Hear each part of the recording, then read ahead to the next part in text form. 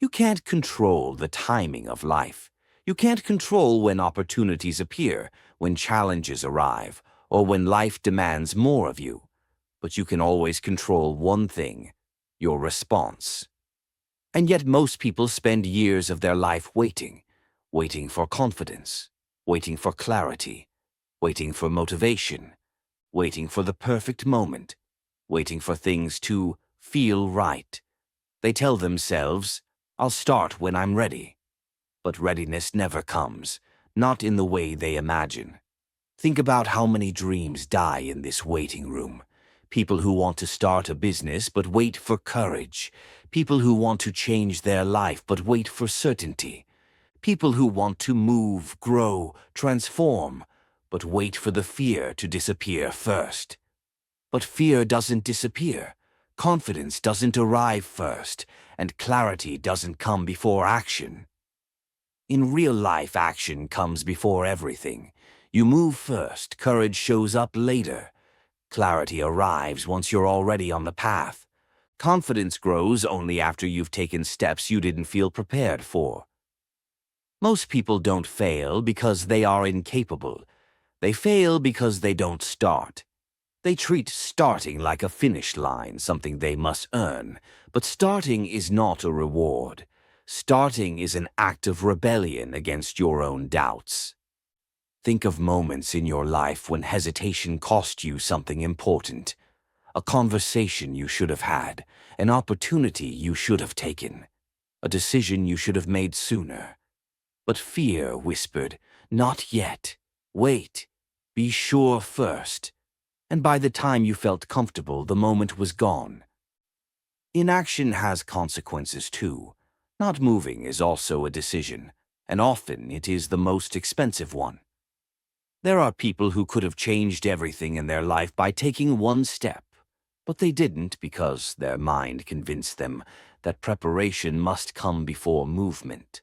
But life doesn't work like textbooks or instructions. Life rewards the person who steps forward despite uncertainty.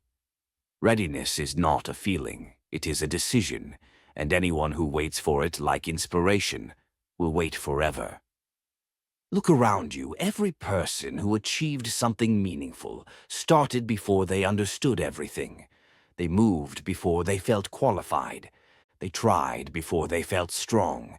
They began before they felt confident. Because the truth is simple. You don't build confidence first. You build it by doing the thing that scares you. Think of the first time you tried anything new, the first job, the first skill, the first major choice. You weren't ready then either. But you learned by doing. You grew through action, not imagination. Every life-changing moment starts with one uncomfortable decision: to stop listening to fear and to start moving despite it. This audiobook is a guide for that version of you, the one who knows there is more to your life, but feels trapped behind hesitation, overthinking, doubt, and the fear of failing. We will talk about the myths that keep you stuck, the lies your mind tells you about needing more time, more confidence, more perfection. We will explore how momentum reshapes your life, how small steps break big fears, how discipline makes you unstoppable, and how identity grows every time you choose movement over hesitation. You'll learn why the first step always feels scary, why the brain resists change, and why waiting for emotional readiness is the slowest way to grow. You will learn how to act even when you're anxious, how to move even when you're unsure, and how to trust yourself long before the world does. This audiobook will not promise an easy path. It will promise something better, a stronger version of you, one who acts with courage, thinks with clarity, and grows through consistency. When you understand the psychology of action, your life begins to shift. Suddenly, procrastination becomes a choice you no longer accept. Hesitation feels too heavy to carry. Perfection becomes unnecessary, and movement becomes a habit instead of a struggle. By the end of this audiobook, you will understand how taking action, especially when you don't feel ready, is the fastest way to build strength, peace, and self-respect. You will see how small steps compound into massive change. You will learn how to stop negotiating with fear and start shaping your destiny through motion. And if this audiobook helps you grow, remember, subscribe to Evoke Audiobooks for more daily audiobooks on mindset and self-growth. Let's begin. Chapter 1: The Myth of Readiness. Most people live their lives believing that readiness is a feeling. They imagine that one day they will wake up finally confident, finally brave, finally clear, and that this magical emotional shift will unlock everything they want to do. They think readiness is something that happens to them, like a signal from the universe saying, "Now you're prepared, now you may begin." But readiness has never worked that way. Readiness isn't a feeling that arrives before action. It is the result of action. It is something you grow into, not something you wait for. There are people who stay stuck in the same place for years because they are waiting for the right moment. They keep repeating the same promise to themselves: "When I feel ready, I will start." But time passes, opportunities fade, habits deepen, and life moves on. And they remain exactly where they were, not because they lacked talent or intelligence, but because they kept waiting for a feeling that was never going to come. Readiness is a myth because it is built on the idea that clarity and confidence must come before action. But clarity comes from taking steps. Confidence comes from doing difficult things. Strength comes from trying, failing, adjusting, and trying again. People forget that the very things they are waiting for are created by moving forward, not by standing still. Think about your own life. Think about any moment that changed you. Did you feel fully prepared before it happened? Did you feel certain? Did you feel brave? Most likely you felt unsure. You felt afraid. You felt unqualified. But you acted anyway. And that action is what reshaped you. Growth comes from motion, not from comfort.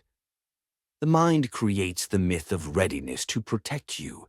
It wants safety, not expansion. It uses fear to hold you back, whispering, "Not yet. You're not ready. You need more time. You need more knowledge. You need more courage." But fear is a liar dressed as caution. It convinces you that delaying change is the responsible choice, when in truth, it is often the most damaging one. Waiting feels safe, but it keeps your life small. People dream of better futures, healthier bodies, stronger relationships, meaningful careers, creative projects, new habits, new lives. But they tell themselves they must feel ready before taking the first step. They assume readiness must come first. But action is always the first step. Readiness follows, sometimes slowly, sometimes suddenly, but always afterward. Consider the first time someone starts running. They don't feel like a runner. They feel out of breath, awkward, slow. But after weeks of showing up, they grow into a person who can run effortlessly. The identity follows the actions. Or consider someone starting a business. They don't feel qualified. They fear failure, judgment, and uncertainty. But by taking risks, learning through mistakes, and making decisions, they grow into someone capable of leadership and strategy. The confidence grows with the experience, not before it. This pattern appears everywhere. People don't feel ready to move to a new country, but the bravery emerges once they arrive. They don't feel ready to become parents, but the adaptation happens through responsibility, not before it. They don't feel ready to start writing a book, but each page gives them more skill and direction. Life teaches you during the journey, not before it. The idea of readiness gives people a false sense of comfort. It allows them to delay action while pretending they are being patient or strategic. In reality, waiting is often an excuse that protects the ego. If you don't start, you cannot fail. If you don't try, you won't face discomfort.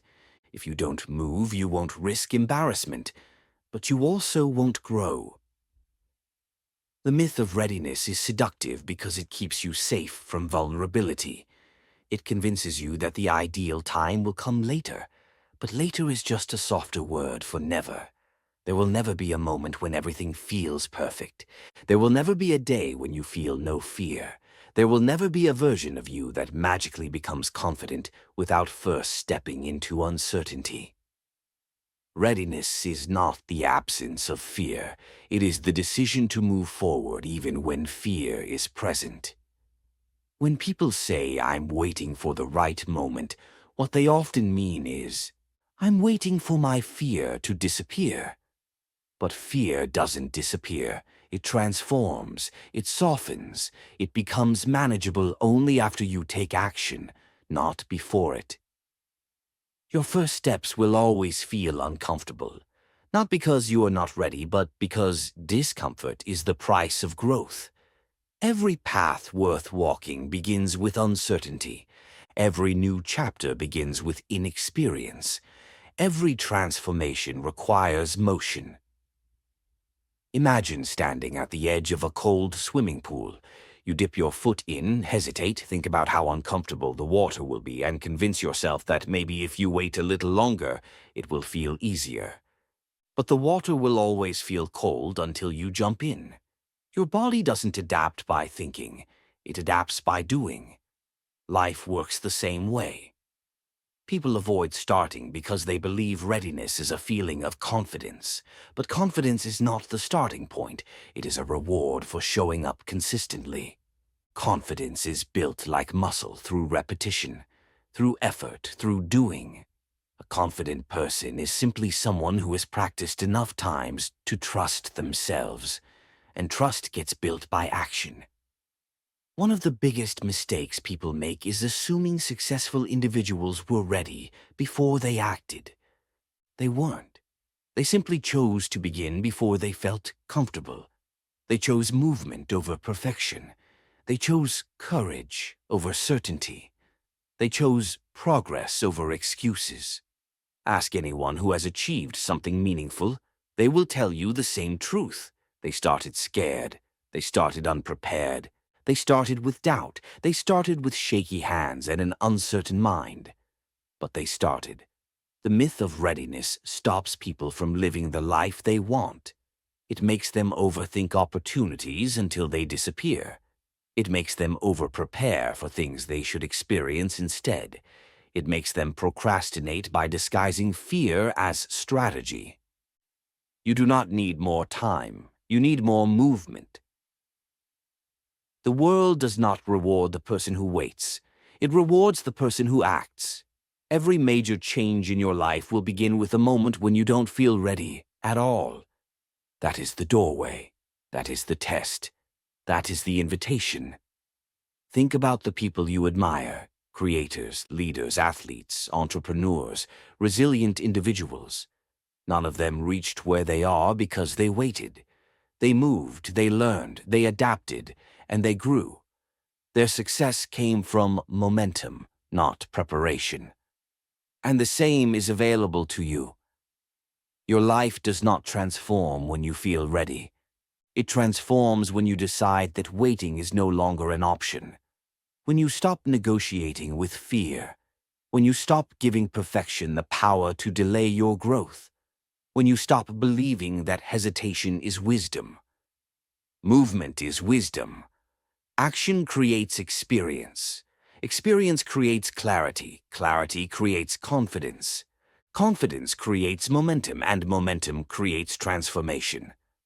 This entire chain begins with a single step, usually one you don't feel prepared to take. The truth is simple and powerful.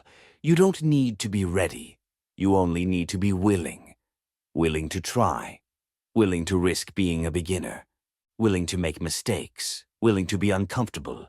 Willing to act before the emotions align. Readiness is not the starting line. Readiness is the finish line of the first chapter of your growth, and the only way to reach it is to begin. When you remove the myth of readiness from your life, you free yourself. You stop waiting for confidence and start building it. You stop waiting for motivation and start creating it. You stop waiting for clarity and start becoming the person who finds clarity through movement. You stop waiting for permission and start giving yourself permission to live. This chapter is not about forcing yourself into reckless action. It is about recognizing that the biggest obstacle between you and the life you want is not lack of readiness. It is the belief that readiness is required. The moment you understand that readiness is a myth is the moment you take back control of your life. You become someone who moves even when you don't feel brave, someone who tries even when you fear judgment, someone who grows even when it's uncomfortable, someone who acts even when your mind tells you to wait. You stop waiting for the perfect moment and start realizing that the moment you choose to begin becomes perfect through your effort. You understand that the door to a new life doesn't open automatically. You have to push it. And sometimes that push is messy. Sometimes it is uncertain. Sometimes it is filled with doubt. But it is always necessary. Readiness is not the gatekeeper you thought it was. You are. Your choices are. Your actions are. The life you want is waiting, but it will not wait forever. There is a cost to standing still. And there is a reward to moving forward. You do not need to have everything figured out. You do not need to feel confident. You do not need to eliminate all fear. You do not need to be perfect. You only need to begin. Because once you begin, everything else starts to shift. Your identity begins to change. Your confidence starts to grow. Your mindset slowly reshapes itself. Your path starts to reveal itself, and the person you become steps forward to guide you. There is no myth left after that. Only progress, only motion, only growth, only the truth that action, not readiness, builds the life you want. How? Chapter 2. Action before confidence. Confidence is one of the most misunderstood qualities in human behavior. Most people see confidence as a prerequisite, something you must possess before you begin anything meaningful. They believe confidence comes first, and action comes second. They assume confident people act boldly because they already feel secure, prepared, and capable. But that is not how confidence is built. Confidence is not the starting point. It is the outcome. It is the reward for showing up before you feel ready. If you look closely at anyone who is truly confident, you will find a simple truth hidden behind their calm exterior. They earned their confidence through repetition, discomfort, and imperfect action. They did not wait for confidence to arrive. They moved without it. They acted with shaking hands, nervous thoughts, and a racing heart. They did the difficult thing before they believed they could, and through doing, they became capable. Confidence is not something you think your way into. It is something you grow your way into. Most people assume confidence is the result of personality or natural talent. They say things like, he's naturally confident, or she was always like that, as if confidence is a genetic gift or a fixed trait. In reality, confidence is built through exposure by voluntarily walking into situations that challenge you, teach you, and demand growth. Think about a child learning to ride a bicycle. On the first attempt, there is no confidence. There is fear, wobbling, imbalance, and hesitation. But with each attempt, the brain learns, the body learns, the fear reduces, the balance improves. Confidence emerges as a result of action, not as a requirement for it. No child waits to feel confident before getting on the bicycle. The confidence only appears after they have ridden it enough times. Adults often forget this simple truth. They expect to feel confident before they start the new job, before they speak in public, before they launch their idea, before they approach a goal, before they change their life. They tell themselves they need more time, more preparation, more certainty. But what they truly need is action. Confidence comes from doing the thing you fear, not from thinking about it.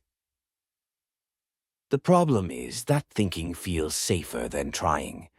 Preparation feels safer than exposure. Planning feels safer than execution. The mind convinces you that once you feel more confident, then you will finally act. But confidence does not work that way. The longer you wait, the heavier the fear becomes. The longer you postpone action, the stronger hesitation grows. Confidence is built by stepping into the discomfort, not by avoiding it. You cannot think your way into confidence. You must act your way into it. Consider someone learning to speak in public. The first speech may be filled with anxiety, trembling hands, and a racing heartbeat. But after the fifth speech, the fear is reduced. After the 10th, confidence begins to form. After 20, the person begins to feel natural. After 50, they seem like someone who was born for it.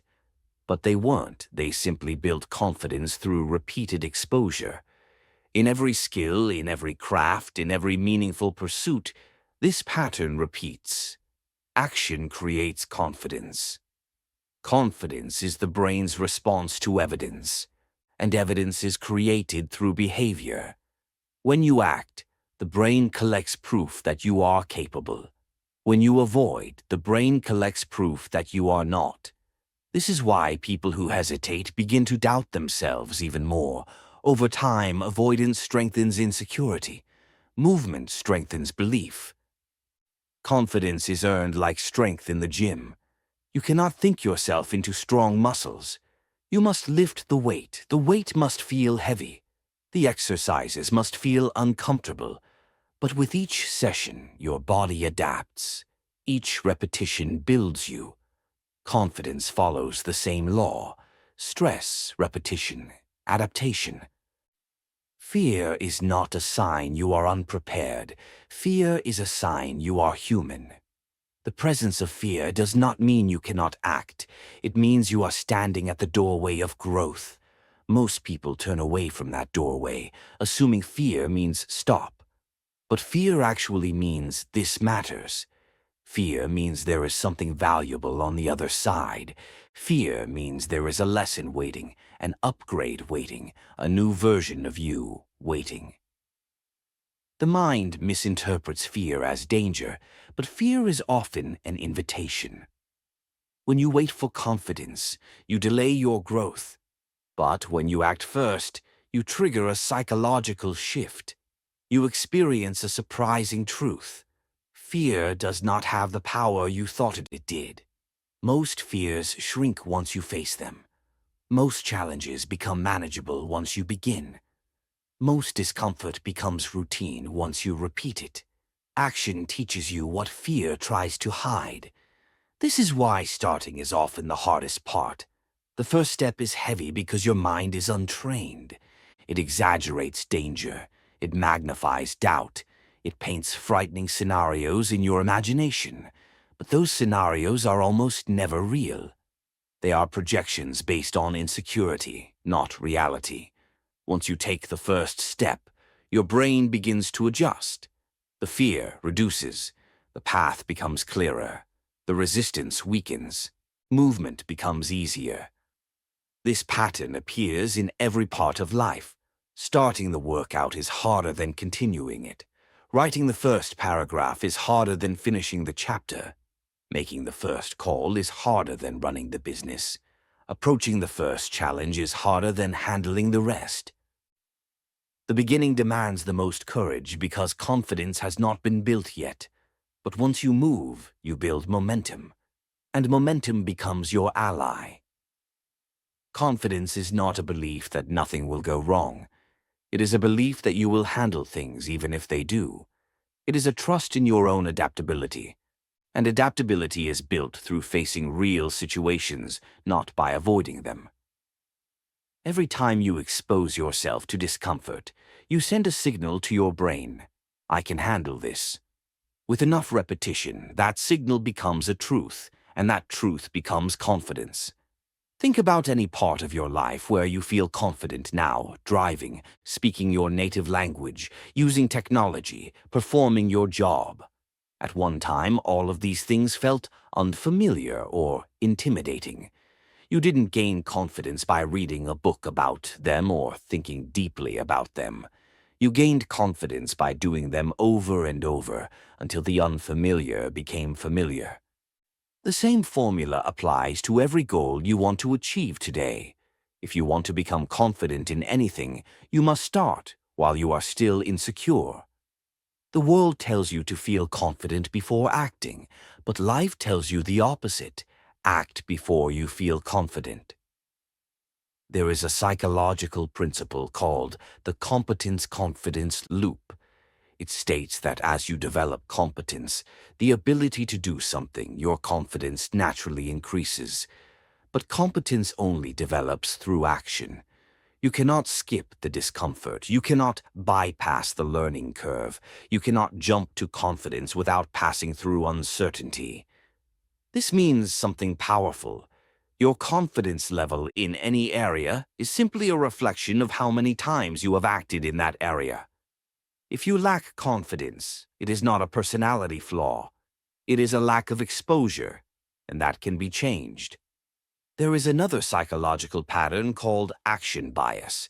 It refers to your mind's natural tendency to feel better when you are moving instead of waiting. Even when unsure, even when afraid, taking action creates relief. It narrows your focus, reduces anxiety, and builds inner stability. Your brain prefers action because movement gives it information. Action gives it control. Action gives it direction. When you wait, the mind fills the empty space with fear. When you move, the mind fills the space with focus. The longer you wait, the more frightening the challenge seems. The more you postpone, the heavier the task becomes. But when you take action, even a small one, you break the illusion of fear. You prove to yourself that movement is possible. This is why small steps matter. A small step may not transform your life immediately, but it transforms your psychology instantly. It breaks hesitations. It reduces doubt. It builds identity. It creates momentum. And confidence grows in momentum, not in stagnation. Confidence is also closely connected to self-respect. When you act despite fear, you build trust with yourself. You demonstrate that you are someone who moves, someone who tries, someone who shows up. This creates internal alignment. When your actions match your intentions, your sense of identity strengthens. But when you delay and avoid, you betray your own potential. You weaken your trust in yourself. Confidence fades not because you lack talent, but because your actions contradict your goals. Confidence has a simple foundation. You trust yourself because you have proven yourself to yourself. You don't need others to validate you. You don't need perfect preparation. You don't need flawless execution. You need action. You become confident in the gym by lifting weights. You become confident in relationships by communicating. You become confident in business by making decisions. You become confident in life by doing the hard things before you feel ready. Every time you wait for confidence, you strengthen the belief that you cannot act without it. But every time you act first, you teach your mind that confidence is not required for movement. You reverse the pattern. You become your own ally instead of your own obstacle. Action creates evidence, and evidence creates confidence. This chapter is not about forcing yourself into reckless behaviors. It is about understanding that the bridge between fear and confidence is built through movement, not through thought. It is about realizing that confidence grows from repeated exposure to discomfort, not from avoiding discomfort. It is about discovering that the person you become through consistent action is far more powerful than the person you imagine while waiting. Confidence is not the absence of fear. Confidence is the ability to move despite fear, and that ability is developed through practice. If you want to become confident, begin before you feel ready. If you want to grow, take steps while fear is still loud. If you want to transform, stop waiting for the emotional perfect moment. It will not come. You must create it through your willingness to act.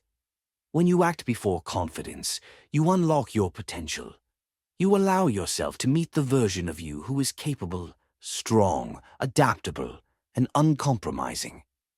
You build a foundation of resilience that fear cannot shake, and you prove something life-changing to yourself, that you are not weak, unprepared, or incapable. You are simply unpracticed. And practice is something you can begin today, because confidence is born in action, and action is always available to you. Chapter 3. The first step is always ugly. Every journey begins with a first step, and that first step is almost always messy, awkward, and imperfect.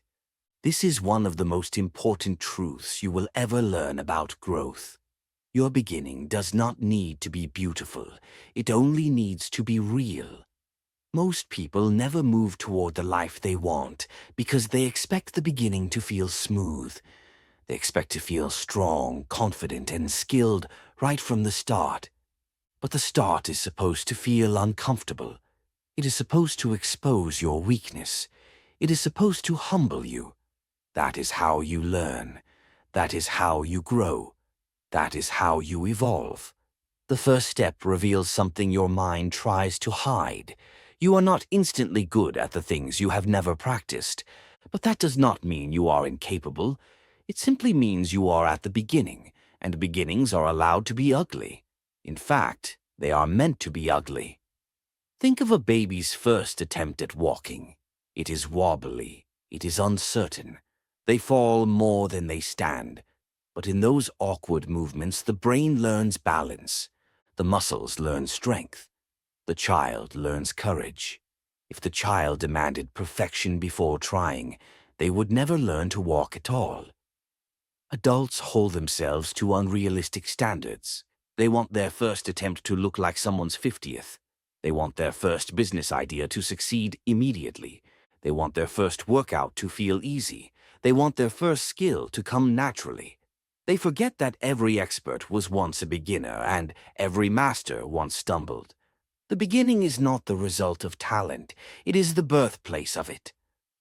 People avoid starting because they fear looking foolish. They fear judgment. They fear failure. They fear the discomfort of not knowing what they are doing. But all growth requires you to face this discomfort. You cannot avoid the awkwardness of the beginning and expect to reach mastery. To skip the ugly part is to skip the entire process. The first step is supposed to challenge you. It is supposed to feel unfamiliar. It is supposed to show you how much you don't know. This is not a weakness. It is the foundation of your eventual strength. The journey of every athlete begins with a moment when their body does not cooperate. The journey of every writer begins with a page filled with clumsy sentences. The journey of every business owner begins with uncertainty and mistakes. The journey of every confident speaker begins with a trembling voice. The journey of every skilled professional begins with confusion and trial and error. The first step is the doorway to identity. It is the moment when you stop imagining who you want to be and start acting like that person. You cannot think your way into a new identity. You must behave your way into it. You are not supposed to feel ready at the beginning. You are supposed to feel pulled, stretched, tested. That is how you discover your capacity. That is how you unlock the parts of yourself you did not know existed. People look at others who are successful and assume their first steps were clean. They imagine those people had clarity, direction, and talent from day one. But every polished performance hides a messy rehearsal. Every strong result hides a shaky start. Every professional hides a beginner who almost quit. The ugly beginning is not just normal, it is necessary. It teaches you humility. It teaches you patience. It teaches you resilience. It teaches you discipline. It teaches you courage. It teaches you commitment. More importantly, it teaches you that you can handle imperfection. The fear of embarrassment is one of the biggest obstacles to starting. People worry about how they will look. They worry about what others will think. They worry about being judged for trying. But the truth is, most people are too absorbed in their own lives to pay attention to your mistakes. And even if they notice, their opinion does not shape your future. Your effort does. Your perseverance does. Your willingness to continue despite imperfection does. Your first step does not need approval. It needs consistency. The beginning is not the time for perfection. It is the time for practice. When you demand perfection from your first attempt, you set yourself up for disappointment. But when you allow yourself to be imperfect, you give yourself permission to grow. You create space for improvement. You create room for mastery. You cannot perfect the step you refuse to take. Some people spend their entire life preparing for the first step. They research endlessly. They gather information. They watch others do the work. They imagine how it will feel. They plan the perfect moment. They wait for the ideal conditions. But the perfect conditions never arrive, and their preparation becomes a form of avoidance. They never leave the starting line because they are waiting for assurance. Assurance does not come before the first step. It comes after. The first step is where you learn what to adjust, not where you prove perfection. When you take that step, you gain real experience. You learn what works and what doesn't. You discover your strengths and weaknesses. You gather data from reality instead of from imagination. Action reveals truth. Waiting protects illusions. Oh, you may think you need more knowledge before starting, but knowledge without action becomes noise. You may think you need more confidence, but confidence without movement becomes fantasy. You may think you need more preparation, but too much preparation becomes procrastination. The first step is your teacher. Everything else is theory. People who achieve things in life are not the ones who began perfectly. They are the ones who were willing to begin imperfectly. They embraced the mess. They tolerated the discomfort. They accepted the awkwardness. They allowed themselves to be bad at something long enough to become good at it. The moment you stop fearing the ugly beginning is the moment you unlock your potential. If you look back at any accomplishment in your life, you will notice a pattern. The first step was the hardest, but it was also the most important. You may not have known what you were doing, but you did it anyway. And that decision changed everything. The weight you lift in the gym does not feel natural the first time. The first video you make does not feel polished. The first day of learning a new language feels overwhelming. The first attempt at a new habit feels inconsistent. The first move toward a dream feels uncertain. But without the first attempt, there can be no second. Without the second, no third. And without the repetitions, there is no mastery. Your first step is a declaration. It is a signal to yourself that you are committed. It is the moment when your intention becomes action. It is the moment when you stop being someone who wishes and become someone who works. You do not have to love how your beginning looks. You only have to love the direction it moves you in. Most people underestimate the power of the first step because they are judging it by its appearance instead of its purpose. The purpose of the first step is not to impress, it is to initiate. It is to take you from zero to something. It is to break the spell of hesitation. It is to begin the momentum. Momentum is impossible without an imperfect start. Perfection is the enemy of momentum. When you demand perfection, you paralyze yourself. When you embrace imperfection, you liberate yourself. Your first step will be messy. Let it be messy. Your first step will be uncertain. Let it be uncertain. Your first step will expose your weakness. Let it expose them. They are the starting point of your strength. The beginning is a place of honesty. It shows you who you are without pretending. It shows you your raw ability. It shows you where you need improvement. And that honesty is valuable. It guides you. It shapes you. It grounds you. Embrace the awkwardness because it is temporary. Embrace the mistakes because they are teachers. Embrace the discomfort because it is a sign you are expanding. Growth feels ugly before it feels beautiful. That is not an error. It is the process. The person who takes imperfect action will always outperform the person who takes perfect inaction. The person who tries and fails learns more than the person who never begins. The person who steps forward, even clumsily, moves further than the person who waits for confidence. The first step is your initiation into the life you want to live. It is the moment when you prove to yourself that you are willing to do what others avoid. It is the moment when your excuses lose power. It is the moment when your potential begins to breathe. It is the moment when your future self starts to trust you. The first step does not need to be pretty. It needs to be taken. If you accept this truth, you remove the pressure of perfection. You remove the weight of fear. You remove the illusion that the beginning determines your worth. You understand that the beginning determines your direction, not your identity. Mastery is not built by being flawless at the start. It is built by refusing to stop. Every dream, every goal, every transformation begins with one uncomfortable action. Do not wait for the beginning to look impressive. Do not wait for the beginning to feel smooth. Do not wait for the beginning to be celebrated. It won't, and that's okay. The first step is not meant to be admired.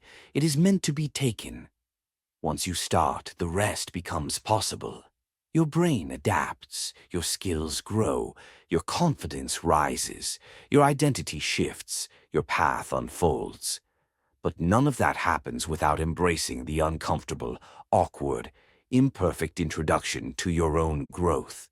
The first step is always ugly, but it is also the most beautiful decision you will ever make, because it is the decision that changes everything. Chapter 4. Momentum over Motivation. Most people spend their lives waiting for motivation.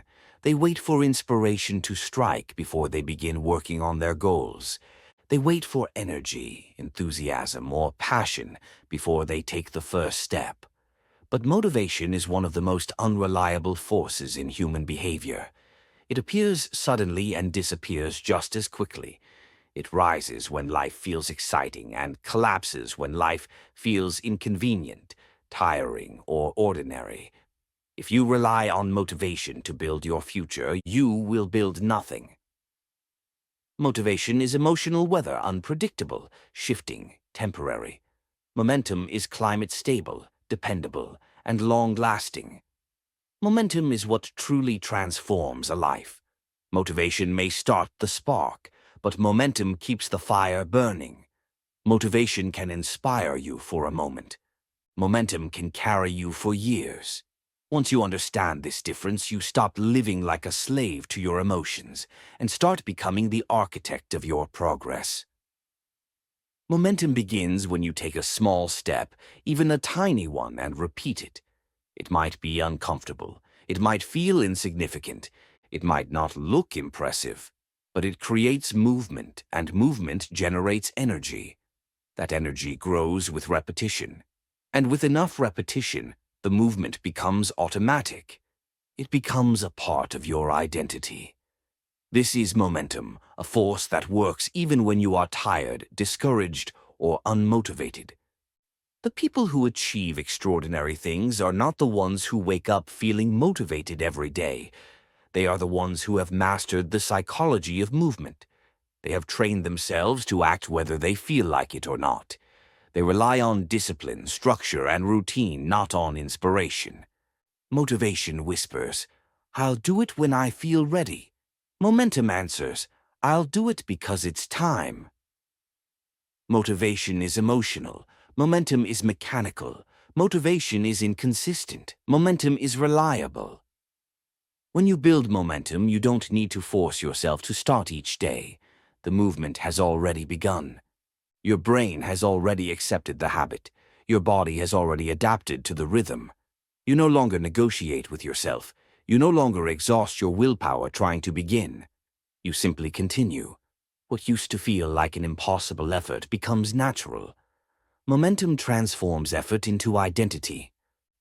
This is why the first few days of a new habit feel heavy. Your brain is not familiar with the pattern yet. You need energy, willpower, and intention to push yourself forward. But once the pattern is established, the weight reduces, the mental resistance shrinks, the process becomes easier, not because the task changed, but because you changed. Momentum makes difficult things feel doable. Motivation makes easy things feel difficult. When you rely on motivation, you take action only when conditions feel perfect. You depend on emotions that rise and fall without warning. But when you rely on momentum, you act because it is your standard. You act because it is your identity. You act because you have committed to the direction of your life.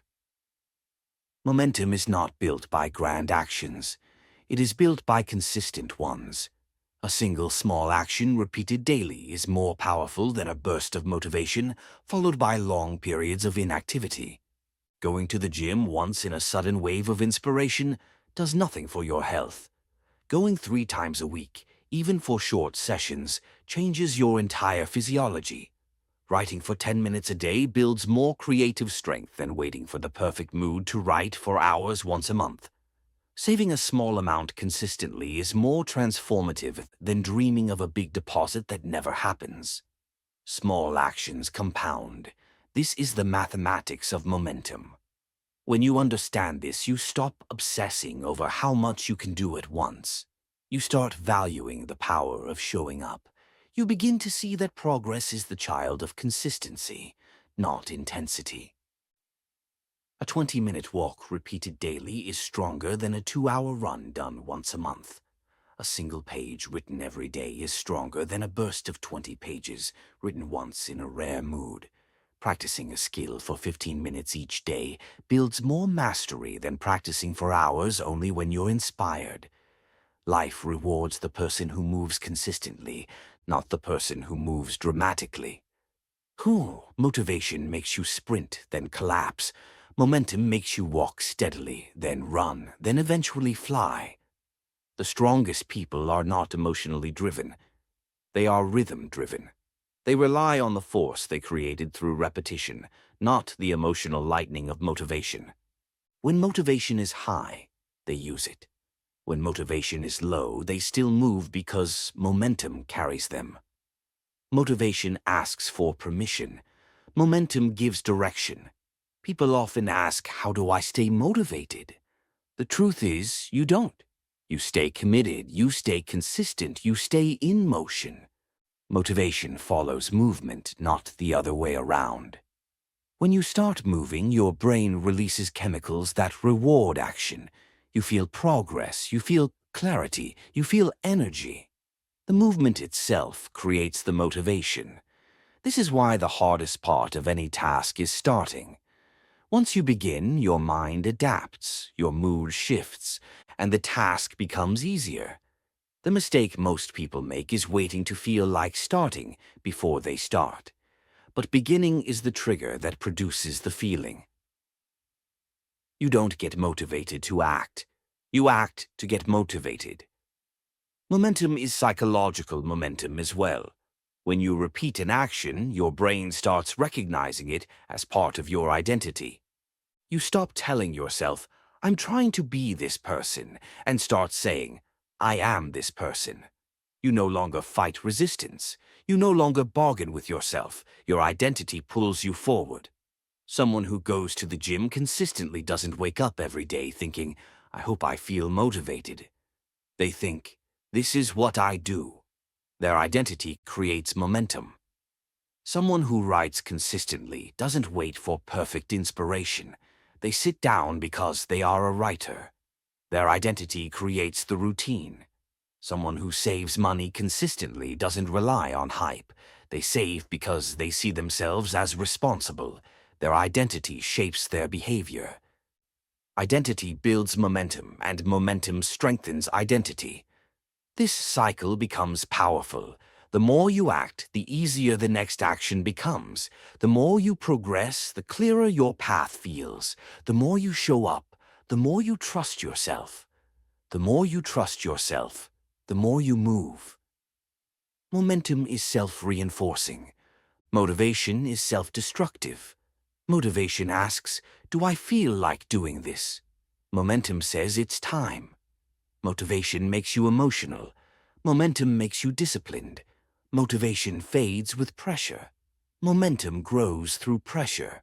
When life becomes stressful or difficult, motivation collapses. You lose interest. You lose inspiration. But momentum does not depend on your mood. It depends on your commitment. It depends on the habit you built. It depends on the direction you've already established. Momentum carries you through the days when you don't have energy, through the days when life feels overwhelming, through the days when fear or doubt tries to slow you down. It is a force that pulls you forward even when your emotions push you back. You cannot rely on motivation because your emotions are inconsistent.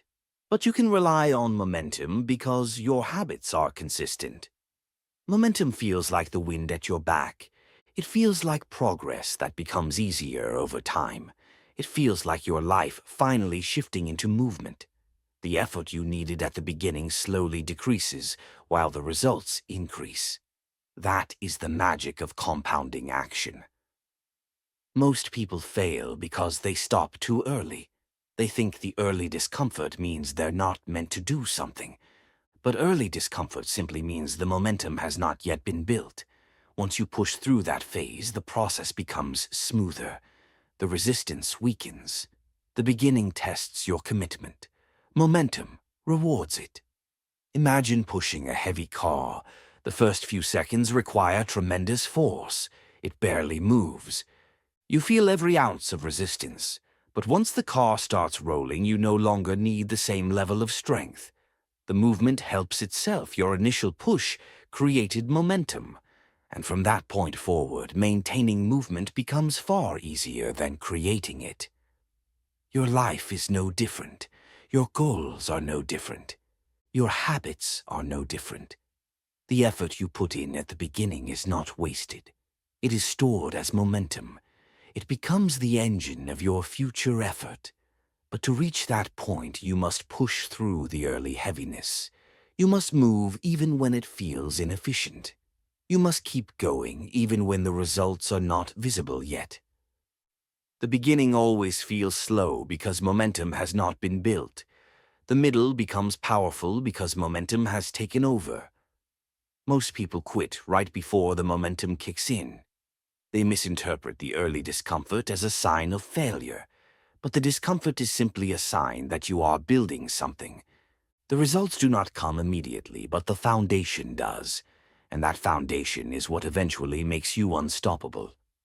Momentum is what makes success appear effortless from the outside. People look at someone thriving and assume they have natural talent or constant motivation. But what they truly have is consistent momentum that was built through the months or years of disciplined repetition. Momentum makes you appear talented. Momentum makes you appear confident. Momentum makes you appear motivated. But none of that was present at the beginning.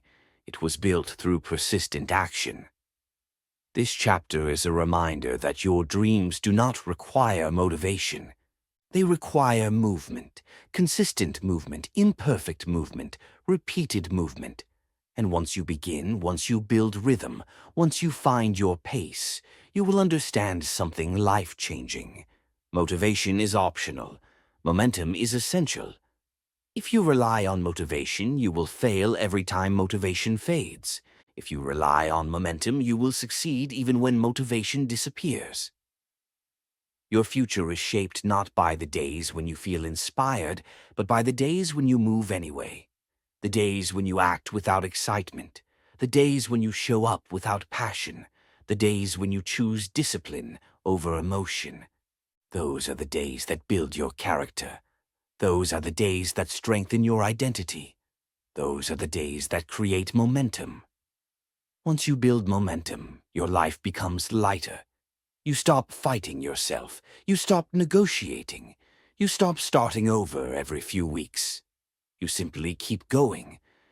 And every step reinforces the next one. Momentum is stronger than motivation. Momentum is more reliable than motivation. Momentum is the force that turns action into identity and identity into destiny.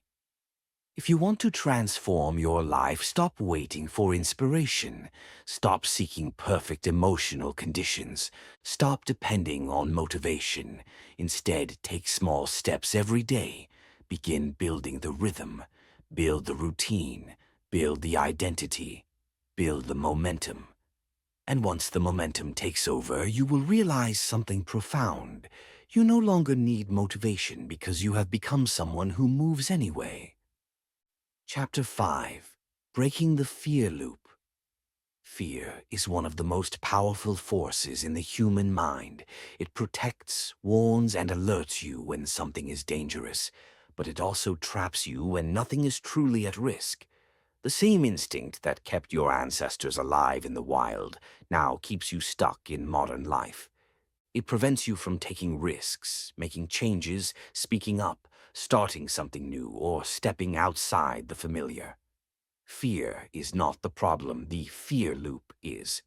The fear loop is the cycle where fear leads to avoidance. Avoidance leads to insecurity. Insecurity leads to hesitation, and hesitation leads back to fear. It is a loop that strengthens itself every time you obey it. The more you avoid the things you fear, the more terrifying they seem. Fear feeds on avoidance. It grows in silence. It expands in the absence of action.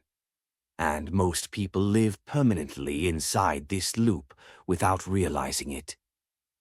They avoid the conversation they need to have, and fear grows.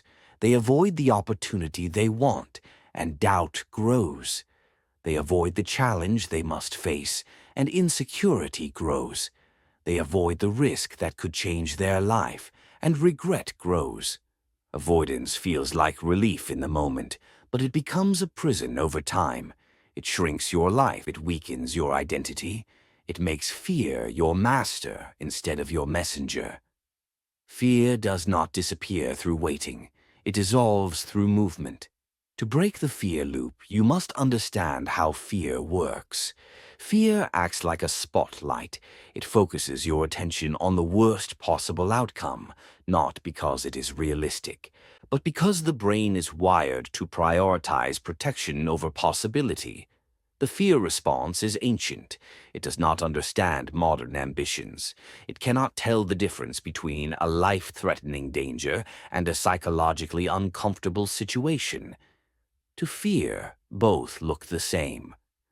Your brain does not know the difference between "this is unsafe" and "this is unfamiliar." It reacts to both in the same way. This is why you feel anxiety before public speaking. Your brain is not protecting you from danger. It is protecting you from unfamiliarity. This is why you feel nervous before starting something new. Your brain is not warning you of failure. It is warning you of the unknown. This is why you hesitate to take opportunities. Your brain is not predicting disaster. It is resisting change. Fear is not a sign that something is wrong. It is a sign that something is new. When you understand this, fear becomes less intimidating. You stop treating it like a stop sign and start seeing it as a signal. Fear signals that you are entering a place of potential growth, expansion, and evolution. It signals that you are stepping into a situation that can shape you. It signals that you are stretching your identity. Fear marks the boundary between who you are and who you could become. And that is why fear is always present at the edge of meaningful decisions. Fear is not proof of danger. Fear is proof of possibility. The fear loop thrives when you run from this possibility. The more you avoid something, the more your mind exaggerates its danger. The more you postpone action, the more overwhelming the challenge becomes. The more you resist fear, the more powerful it feels. Avoidance multiplies fear, but action divides it. Taking action does not always eliminate fear immediately, but it weakens the illusion of danger. You take one small step toward the thing you fear, and your brain realizes the world did not collapse. You take another step, and the imagined threat shrinks. You take a third step, and suddenly you see that fear was an emotional projection, not a prediction. Fear loses its power the moment you face it. But most people never reach this point because they mistake fear for truth. They think, if I feel afraid, something must be wrong. So they retreat, they wait, they hide. They convince themselves that one day they will feel ready. But fear is not removed by time, it is removed by exposure. Fear is an emotion. Danger is a reality. The two are not the same. Your mind is wired to exaggerate emotional predictions to keep you safe. It imagines embarrassment, failure, rejection, or discomfort. But none of these things are fatal. None of these things are permanent. None of these things define your worth. Yet fear convinces you they do. You break the fear loop by acting before your mind is ready. You break the loop by showing your brain that unfamiliar does not mean unsafe. You break the loop by doing the thing fear tells you to avoid. Fear strengthens when you listen to it. Fear weakens when you walk toward it. The first step into fear is always the hardest. It feels like stepping into cold water. Your mind overreacts, your body tightens, your breathing changes. But once you step in, the water is not as shocking as you imagined. Your senses adjust, your body adapts, your mind calms. Fear is often loudest in the moments before action, not during it, and certainly not after it. Fear is anticipation, not reality. The fear loop is sustained by imagination. You imagine what might happen. You imagine the worst-case scenarios. You imagine failing. You imagine looking foolish. You imagine the pain. But imagination is not experience, and the moment you act, your imagination loses control. Reality replaces it. Experience teaches you what fear tried to hide. Exposure is the antidote to fear. You may think you need courage to take the step, but courage is simply acting while afraid. Courage is not the absence of fear, it is the decision that something is more important than fear. And courage is built through exposure. The more you expose yourself to the things you fear, the more your mind adapts and the less those things intimidate you. Courage grows in repetition. The first time you do something scary, fear is at its highest. The second time it reduces slightly. The third time it drops more. The 10th time it becomes manageable. The 100th time it becomes normal. What was once terrifying becomes routine. What was once overwhelming becomes simple. What was once intimidating becomes easy. And in that transformation, you discover something profound. Fear was never the enemy, avoidance was. Avoidance is the soil in which fear grows. Action is the blade that cuts its roots. Everyone feels fear. The difference between people who grow and people who stay stuck is not the presence of fear, it is their relationship with it. Some people obey fear. Some people negotiate with fear. Some people surrender to fear. And some people use fear as a guide.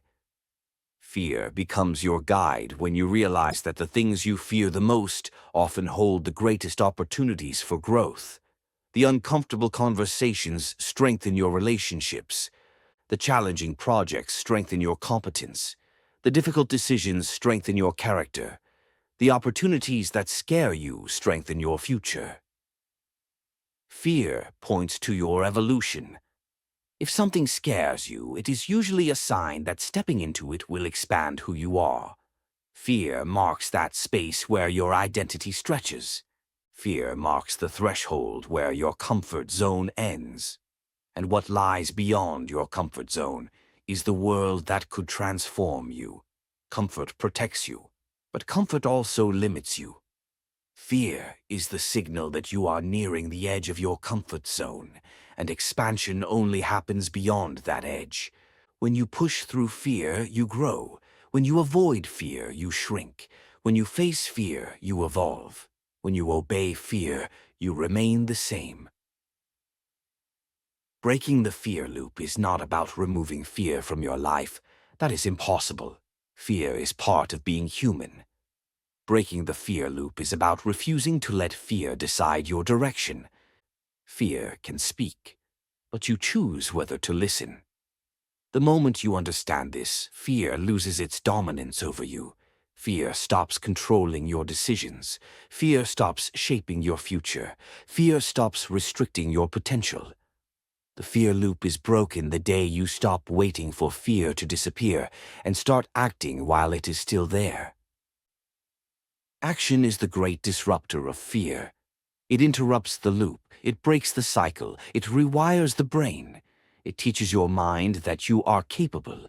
It builds confidence, it builds strength, it builds resilience. Action replaces fear with experience. Experience replaces fear with understanding. Understanding replaces fear with confidence. The loop collapses. This chapter is a reminder that fear is not the enemy of growth. It is the companion of growth. You will feel fear every time you step into a new chapter of your life. You will feel fear every time you challenge yourself. You will feel fear every time you choose a path that requires more from you. This is normal. This is human. This is part of evolution. The goal is not to eliminate fear. The goal is to move with it. The goal is to act despite it. The goal is to break the loop by refusing to obey it. You free yourself the moment you stop letting fear make decisions on your behalf. Take the step. Begin the journey. Start the work. Have the conversation. Take the opportunity. Move toward the thing that scares you. Because on the other side of fear is the version of you that you are meant to become. Chapter 6. Decisions Shape Destiny. Life changes the moment you make a decision, not when you think about it, not when you talk about it, not when you wish for it. Decisions are the steering wheel of your destiny. Every choice you make, large or small, quietly reshapes the direction of your life. And the truth most people overlook is this: your destiny is not written by fate. It is written by your decisions. People often imagine that transformation happens through dramatic moments, a breakthrough, a revelation, a big opportunity. But real transformation happens through the small decisions you make repeatedly, consistently, silently. The decision to wake up earlier. The decision to start the task. The decision to say no to a distraction. The decision to move despite fear. The decision to take responsibility instead of making excuses. These small choices accumulate. They form patterns. Patterns become habits. Habits form identity. And identity shapes destiny. Your decisions today become your life tomorrow. Every time you choose action over hesitation, you rewrite the future in your favor. Every time you avoid a decision, you surrender power to circumstances. You allow life to choose for you, and life rarely chooses the direction you want unless you take control. Indecision is also a decision, and it is one of the most destructive ones. When you refuse to choose, you choose to remain the same. You choose stagnation. You choose inaction. You choose fear as your compass. You choose the illusion of safety instead of the reality of progress. Indecision is the slowest form of self-sabotage. People avoid decisions because decisions carry responsibility. When you choose, you risk being wrong. You risk failure. You risk judgment. So you hesitate, thinking that waiting will create clarity. But waiting rarely does. Waiting only deepens the fear. Waiting only strengthens the doubt. Waiting only gives your mind more time to imagine worst-case scenarios. Or, clarity does not come before the decision. Clarity comes after the decision. You cannot think your way into certainty. You must act your way into it. Every meaningful decision feels uncomfortable because meaningful decisions lead to change, and change triggers the brain's resistance. The mind seeks familiarity, not growth. But growth requires disruption. Every decision that pulls you forward will feel like a small rebellion against your current self. Decisions do not just change your path, they change you. Think back on the defining moments of your life. They were created by decisions. The decision to pursue an opportunity, the decision to leave a situation that no longer served you, the decision to take a risk, the decision to believe in yourself. Each of these choices led you to where you are now. Your life is not shaped by accidents. It is shaped by decisions. Even choosing not to change is a decision, and it comes with consequences. People blame circumstances, timing, luck, or other people for their situation, but beneath all of it lies a trail of decisions. Decisions made, decisions avoided, decisions delayed. Your decisions are writing your story whether you realize it or not. If you want a different story, you must make different choices. Not bigger choices, different ones. You do not need to overhaul your life in a single moment. You need to choose differently in the small moments that seem insignificant but are actually powerful. The decision to take a walk instead of scrolling your phone. The decision to write one paragraph instead of waiting for the perfect mood. The decision to speak honestly instead of staying silent. The decision to start the task instead of postponing it. The decision to say no when something drains your energy. The decision to set a boundary. The decision to try something that scares you. These decisions do not feel dramatic, but they shift the trajectory of your life. They redirect your time, your energy, your habits, and ultimately your identity. Every decision is a vote for the person you want to become. Your identity is not built overnight. It is built through repeated decisions that reinforce a certain type of person. When you consistently choose action, you become someone who acts. When you consistently choose discipline, you become someone who follows through. When you consistently choose courage, you become someone who does hard things.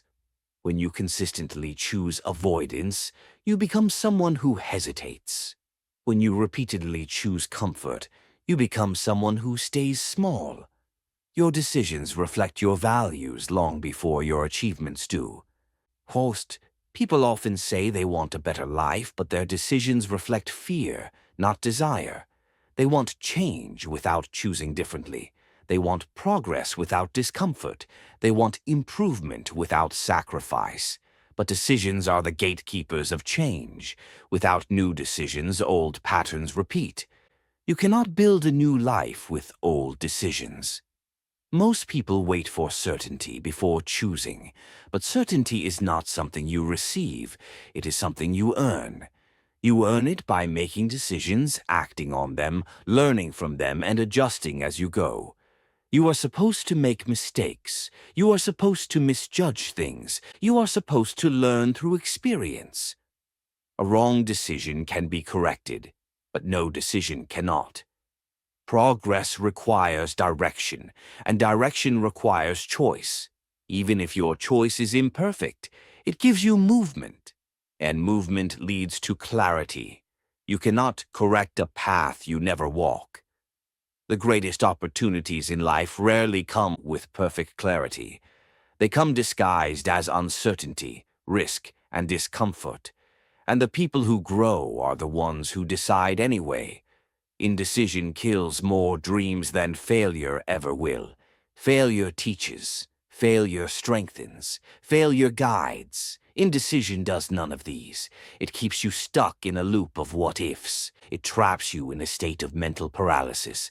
It convinces you that thinking more will lead to better choices, but thinking without acting becomes worry. Indecision is fear pretending to be wisdom. Breaking out of indecision requires understanding that no decision is final. There is always another choice ahead. There is always another chance. There is always another direction you can take. Decisions shape destiny, but destiny is flexible. It adjusts to your choices. Your life is not set in stone. It is set in motion. Every decision you make sends ripples throughout your future. Some ripples are small, some are huge, but all of them matter. Every small choice compounds. Every repeated choice builds momentum. Every decisive moment strengthens your character. Indecision weakens you. Decision-making strengthens you. Each time you make a decision, you reinforce the belief that you are capable of guiding your life. You build inner stability. You build trust in yourself. You build the courage to act even when you are afraid. You build the resilience to course correct when things go wrong. People think strong individuals are fearless. They are not. Strong individuals are decisive. They are willing to choose even when fear is present. They are willing to move forward even when uncertain. They are willing to lead themselves. Self-leadership begins with self-decision. You cannot build confidence without making decisions. You cannot build character without making decisions. You cannot build the life you want without making decisions. Decisions create separation between who you were and who you are becoming.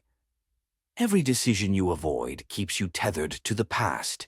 Every decision you make pulls you into the future. This is why decisive people grow faster. They accumulate more experience. They learn sooner. They adapt quickly. They start imperfectly but improve continuously. While others are still thinking, they are already moving. Movement beats hesitation. Consistency beats perfection. Decision beats doubt. Your future self is shaped one choice at a time. You are always building something, a life of growth or a life of stagnation. The difference is not talent. It is not luck. It is not opportunity. It is the choices you make in the next 24 hours, and the 24 hours after that, and days after that. Your destiny is not in the distant future. It is in the daily decisions you make today. Decide to start. Decide to try. Decide to move. Decide to commit. Decide to be uncomfortable. Decide to bet on yourself. Because your decisions write the story you will one day call your life. Chapter 7. The Discipline of Daily Movement. Discipline is not about force. It is not about punishing yourself. It is not about pushing your mind into submission. True discipline is far simpler, far calmer, and far more powerful. It is the ability to move consistently, daily, intentionally, regardless of how you feel. It is the commitment to motion over excuses, routine over emotion, progress over perfection. People often misunderstand discipline. They imagine it as something harsh, strict, and exhausting. But real discipline is gentle. It is steady. It is stable.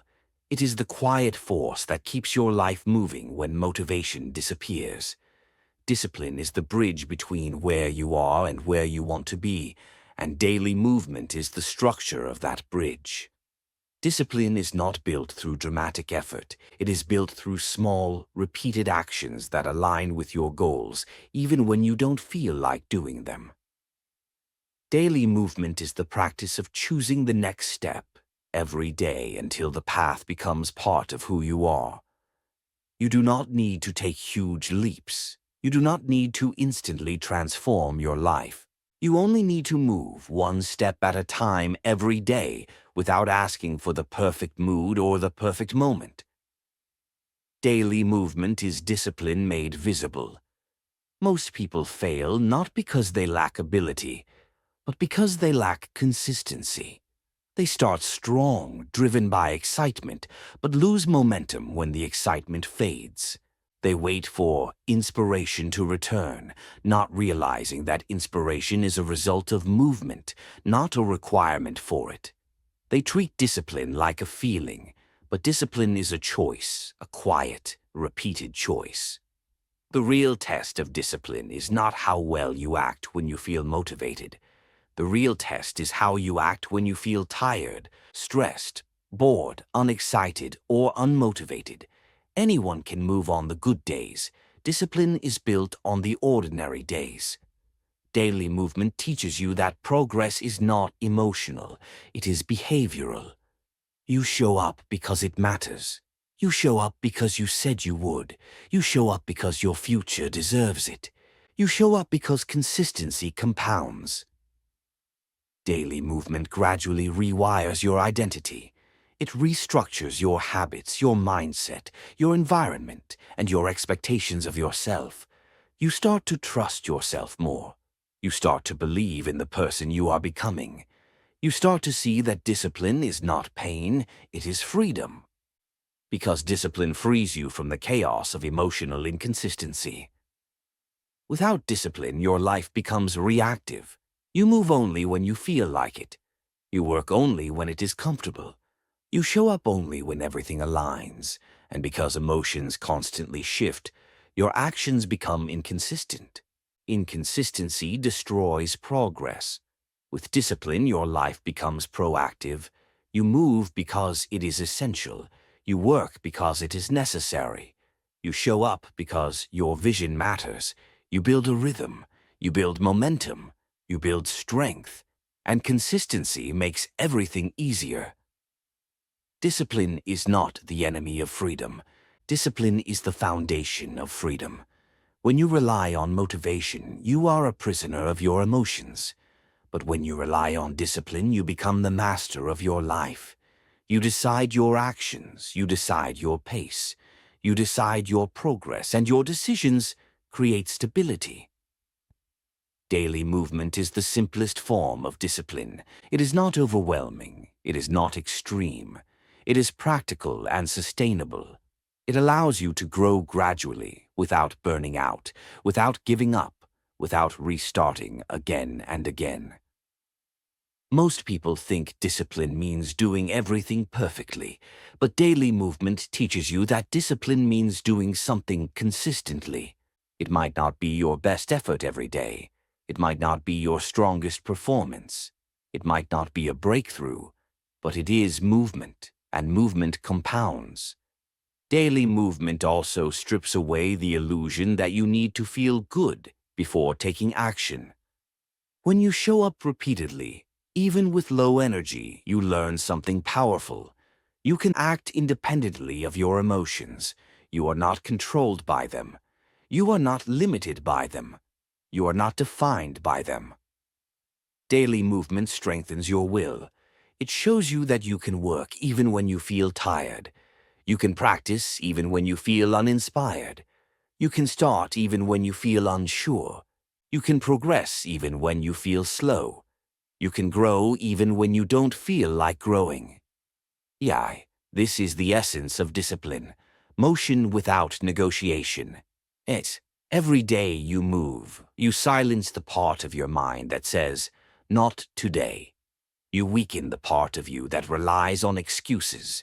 You strengthen the part of you that is committed to growth. You build the muscle of consistency, which is far more powerful than the muscle of motivation. Discipline makes your life predictable in all the ways that matter. You no longer need to wonder if you will show up. You no longer need to question your consistency. You no longer need to doubt your ability to continue. Daily movement becomes automatic.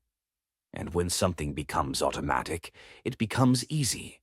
The habit supports you. The routine carries you. You no longer rely on willpower alone. The structure does the work for you. People overcomplicate discipline. They try to reinvent their entire life at once. They create massive plans, strict schedules, intense routines, and extreme expectations. But none of that lasts. The mind rebels against sudden intensity. The mind resists drastic change, but embraces gradual change. Daily movement embraces gradual change. It allows you to grow at a sustainable pace. It allows you to build a foundation instead of forcing results. It allows you to evolve naturally without burnout.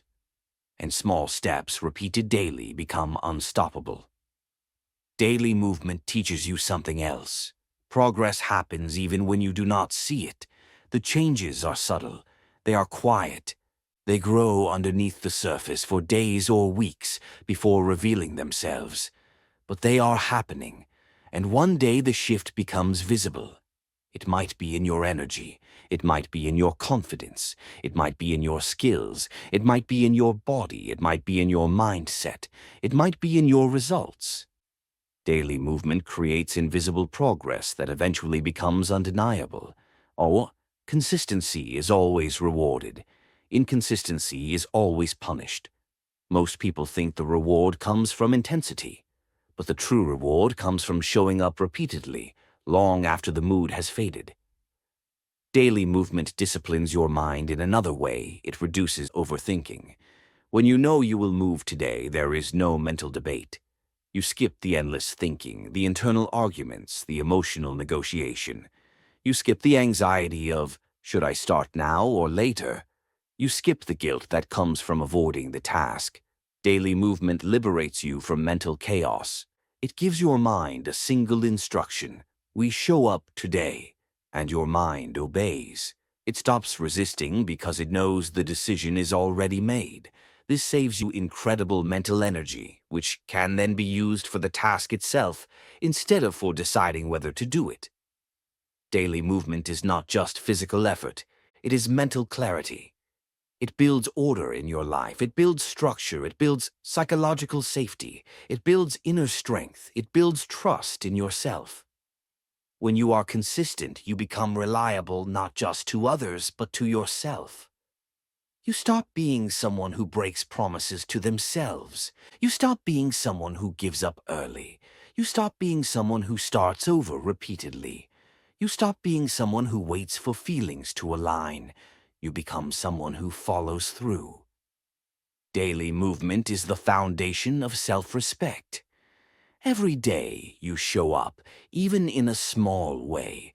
You reinforce the belief that you are capable, disciplined, and committed. You send a message to yourself. I keep my promises. I follow my intentions. I honor my goals. This belief is powerful. It transforms your self-image. It changes the way you approach challenges. It changes the way you handle setbacks. It changes the way you see yourself. People often focus on results, but discipline teaches you to focus on your input. You cannot always control outcomes, but you can always control effort. You can always control consistency. You can always control daily movement. When you focus on what you can control, you become unstoppable. You cannot control motivation. You cannot control emotions. You cannot control external events. You cannot control luck or timing, but you can control movement. Daily movement makes you resilient. It teaches you that slow progress is still progress. It teaches you that effort matters more than perfection. It teaches you that the path forward is created through consistency, not intensity. When life becomes chaotic, and it will, discipline protects you. It keeps you grounded. It keeps you moving. It keeps you aligned. It keeps your identity stable. It keeps your goals alive. It keeps your momentum strong. The world may shake you, but daily movement stabilizes you. When you build the discipline of daily movement, you become dangerous in the best way. You become someone who cannot be stopped by emotions, excuses, or circumstances. You become someone who grows regardless of mood. You become someone who shows up regardless of difficulty. You become someone who is consistent, reliable, and committed. Daily movement turns you into a force. Not because you are perfect, not because you are gifted, not because you are always motivated, but because you move every day. And moving every day transforms everything. Chapter 8. Remove friction. Reduce excuses. Most people do not fail because the goal is too big. They fail because the friction is too high. Friction is the invisible force that makes simple things feel difficult. The small obstacles, the unnecessary steps, the mental clutter, the environmental triggers, the emotional resistance. Friction is what turns easy actions into heavy burdens, and when friction accumulates, excuses grow naturally. Excuses are often not signs of weakness, they are signs of friction. A person who struggles to go to the gym might not struggle because they lack discipline. They struggle because their gym bag is not packed, the gym is far away, or the workout feels overwhelming. A person who struggles to read daily might not lack desire, they might lack a comfortable reading space, a saved book, or a consistent time. A person who struggles to eat healthy might not lack knowledge.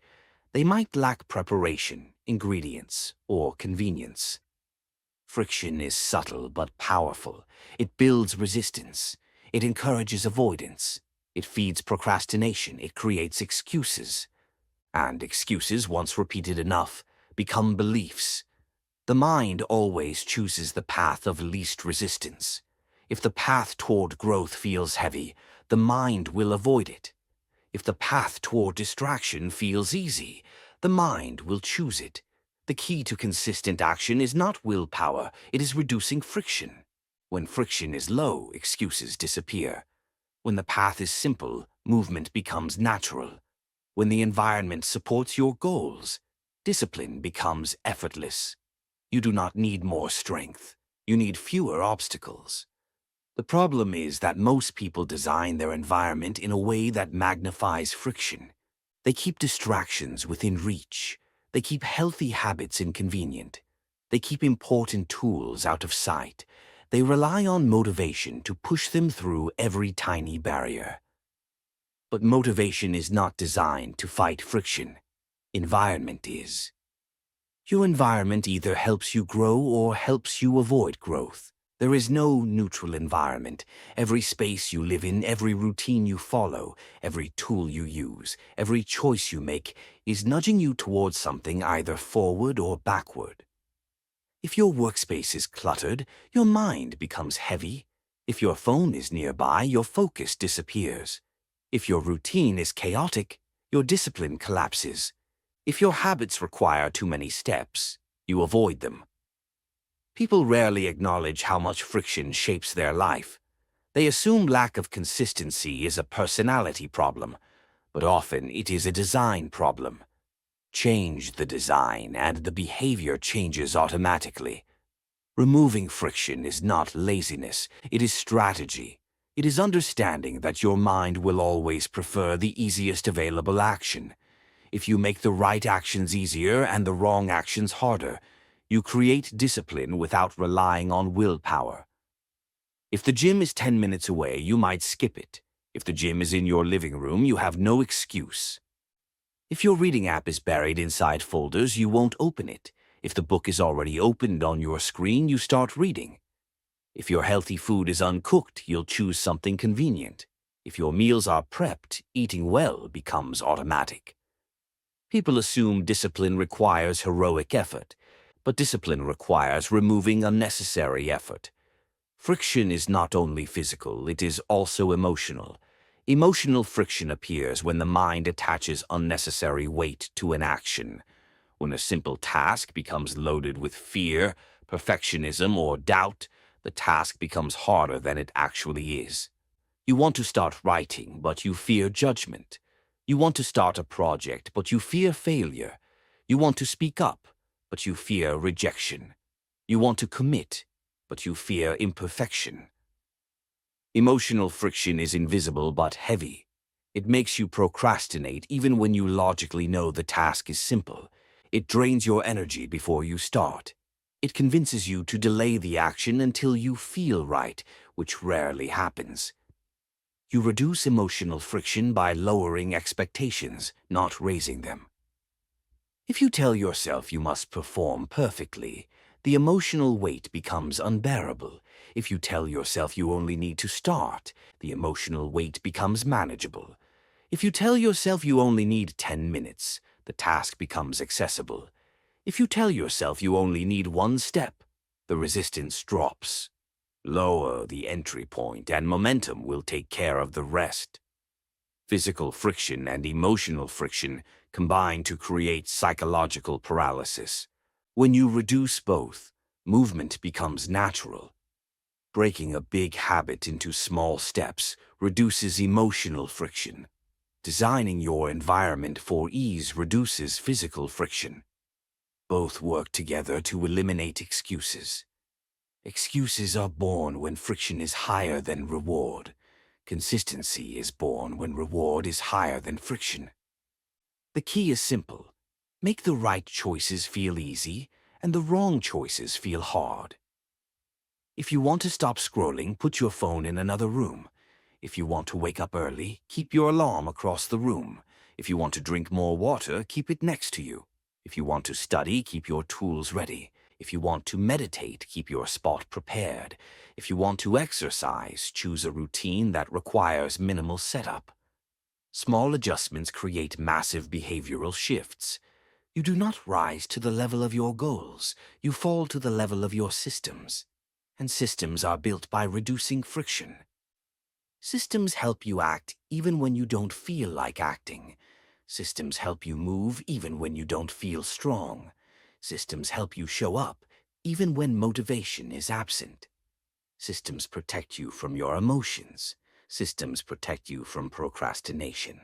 Systems protect you from inconsistency. Systems eliminate the need for excuses. Removing friction also helps you overcome overthinking. When an action is simple, your mind has less space to complicate it. When an action is immediate, your mind has less time to resist it. When an action is prepared ahead of time, your mind feels safe doing it. Most procrastination happens in the space between intention and action. If you remove the space, you remove the hesitation. If you remove the hesitation, you remove the friction. If you remove the friction, you remove the excuse. Your environment shapes your behavior far more than your motivation does. When your environment aligns with your goals, discipline becomes natural. When your environment contradicts your goals, discipline becomes exhausting. You cannot fight your environment forever. You can restructure it. It is easier to remove friction once than to fight resistance daily. People think the solution to their inconsistency is more motivation. But what they actually need is simplicity. They need convenience. They need structure. They need clarity. They need a system that removes unnecessary steps, reduces cognitive load, and makes the desired actions the default. The less energy a task requires, the more likely you are to do it.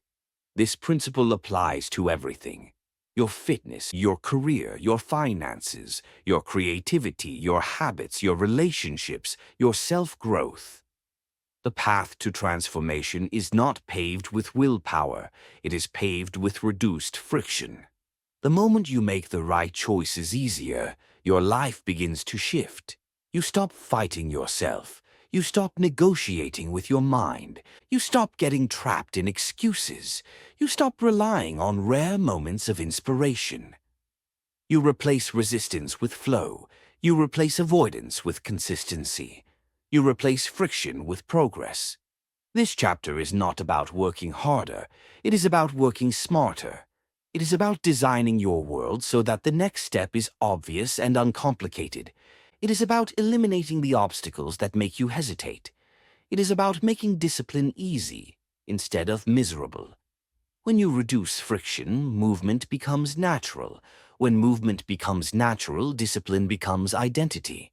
When discipline becomes identity, excuses disappear. And when excuses disappear, you become unstoppable. Your future does not require more intensity, it requires less friction. Chapter 9. Failure as Feedback, Not Finality. Failure is one of the most misunderstood experiences in life. Most people treat failure like a verdict, a permanent label that defines them, limits them, or exposes their inadequacy. They see failure as the end of a path, the collapse of an effort, or the proof that they were never capable to begin with. But failure is none of these things. Failure is information. Failure is feedback. Failure is instruction. Failure is the teacher that perfection cannot be. The belief that failure is final is what keeps most people from taking action. They fear what failure will say about them. They fear how others will interpret it. They fear how they will feel afterward. They fear the discomfort, the disappointment, the vulnerability. But failure does not damage you. Avoiding failure does. Avoiding failure destroys growth. Avoiding failure destroys confidence. Avoiding failure destroys potential. When you do not allow yourself to fail, you do not allow yourself to succeed. The most successful people in history failed more often than they succeeded, but they understood something most people do not. Failure was strengthening them. Their failures were data points, they were lessons, they were adjustments. Every failure improved their strategy, sharpened their skill, expanded their resilience, and deepened their understanding. Failure is not the opposite of success. Failure is the process of success. Every skill you have learned in your life, walking, speaking, reading, working, loving, creating, came through repeated failures. Before your first successful step, you fell. Before your first sentence, you spoke incorrectly. Before you mastered anything, you did it poorly. And yet, as a child, you did not interpret failure as a sign to stop. You interpreted it as part of learning. Somewhere in adulthood, people forget this. Failure becomes embarrassing. Mistakes become personal. Effort becomes risky. And fear replaces curiosity. But when you treat failure like a threat, you stop evolving. Failure triggers anxiety only when you misunderstand its purpose. Failure is not trying to humiliate you, it is trying to educate you.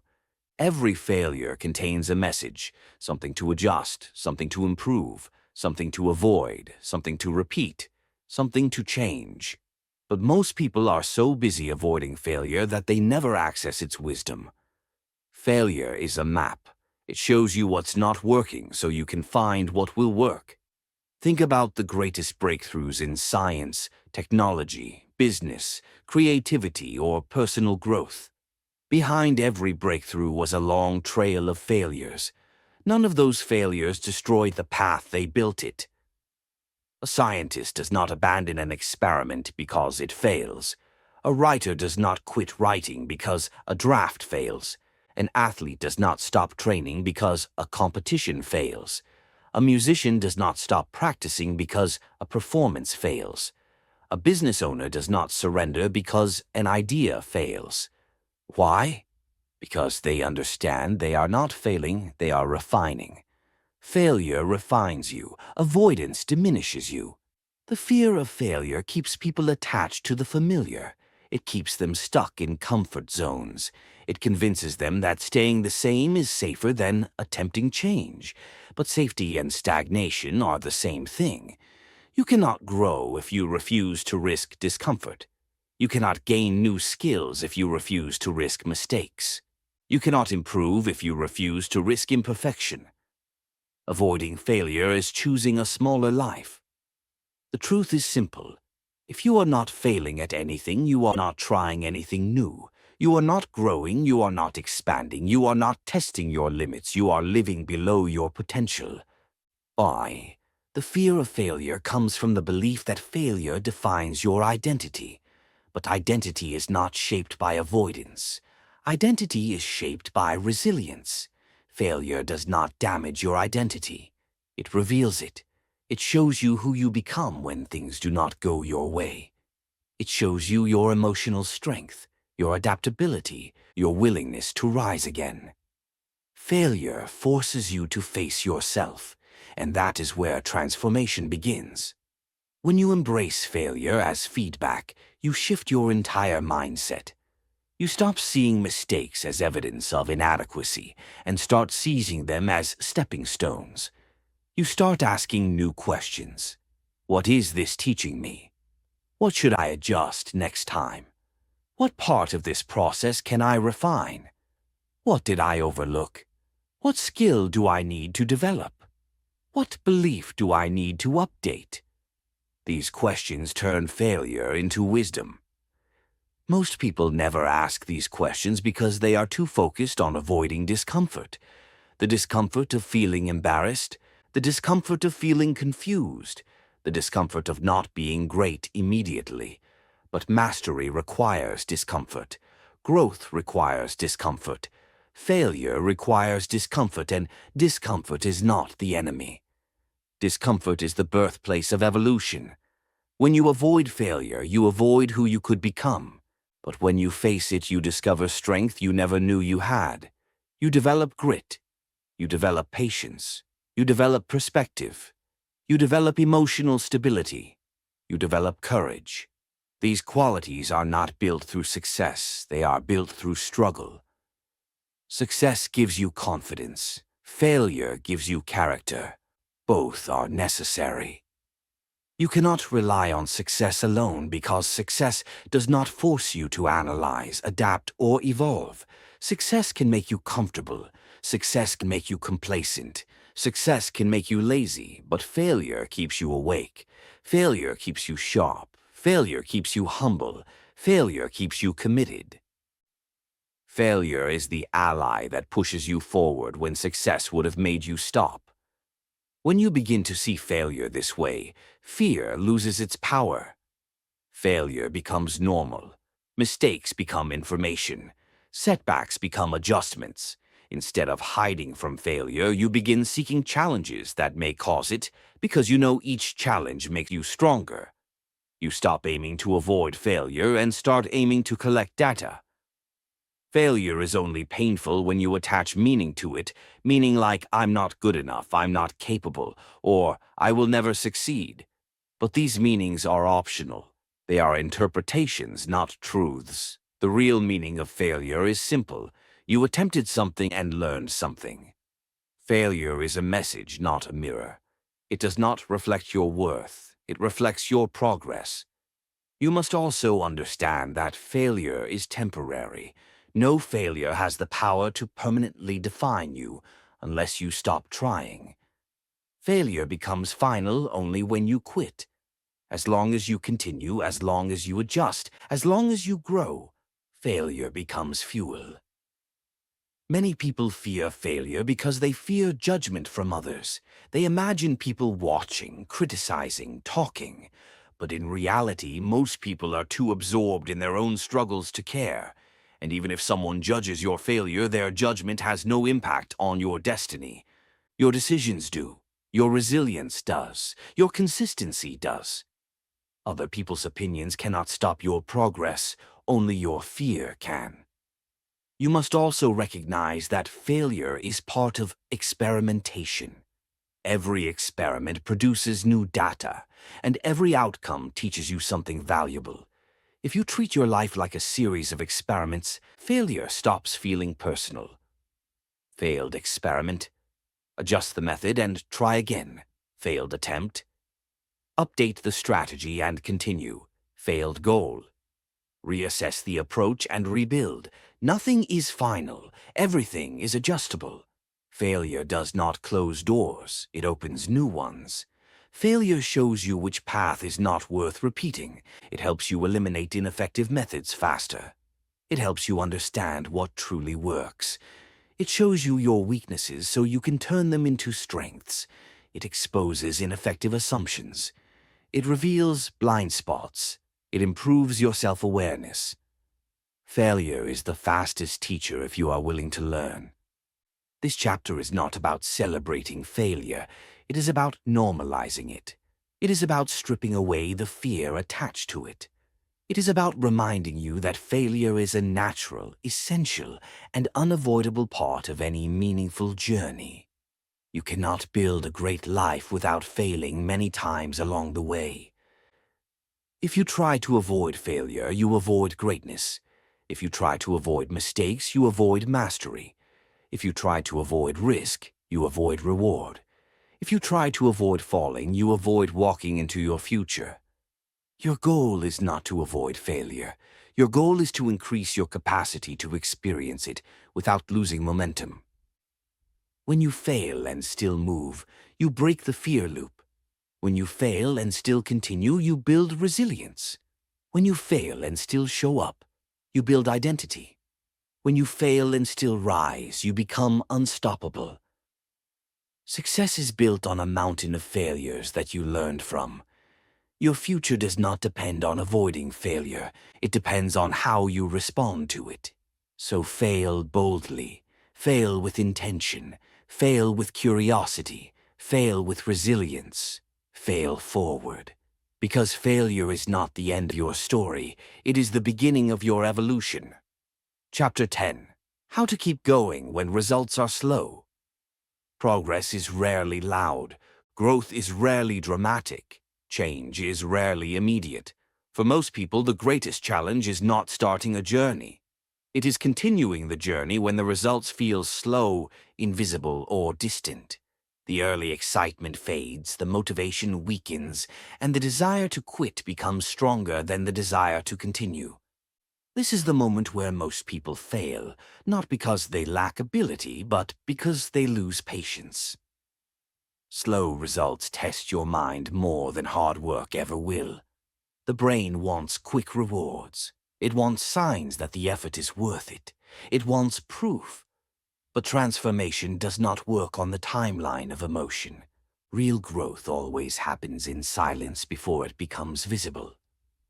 There is a period in every journey where you are working harder than ever and seeing almost nothing change. This period is not a sign that you are failing. It is a sign that the foundation is forming. Plants grow roots before they break the surface. Muscles strengthen before they change shape. Skills develop internally before they appear externally. Success builds quietly before it becomes visible. Slow progress is still progress, but only if you continue. Most people give up in the silent phase. They assume the absence of visible results means the absence of real progress. They convince themselves that something is wrong, that they are wasting time, or that the goal is impossible. But what feels like stagnation is often preparation. What feels like nothing happening is often everything happening beneath the surface. Slow results do not mean failure. Slow results mean you are doing something meaningful. Anything that promises instant transformation is shallow. Anything that takes time to build is lasting. Anything that challenges your patience is shaping your character. Anything that tests your commitment is strengthening your foundation. The moment you stop expecting quick results is the moment your life begins to change. One of the biggest reasons people quit too early is because they attach their identity to outcomes instead of actions. When the outcome is slow, they feel discouraged. But if identity is tied to action, to showing up, to practicing, to trying, to growing, the journey becomes sustainable regardless of the speed of results. See, you don't control when results appear. You control your consistency.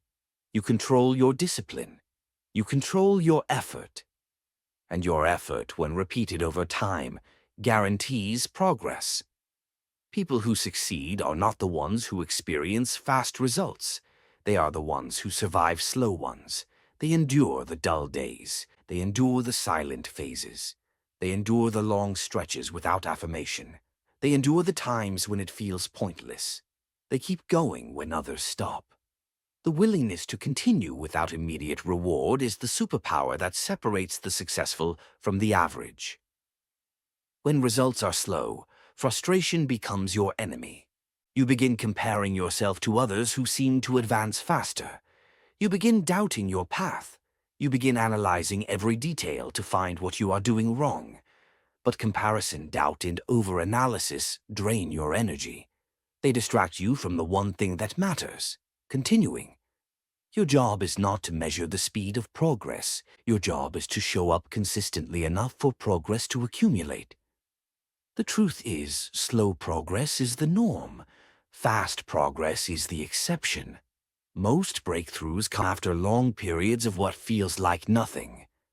Most transformations happen after months of invisible effort. Most success stories begin with a phase where quitting feels easier than continuing. Slow results test your patience, but patience is a requirement for mastery.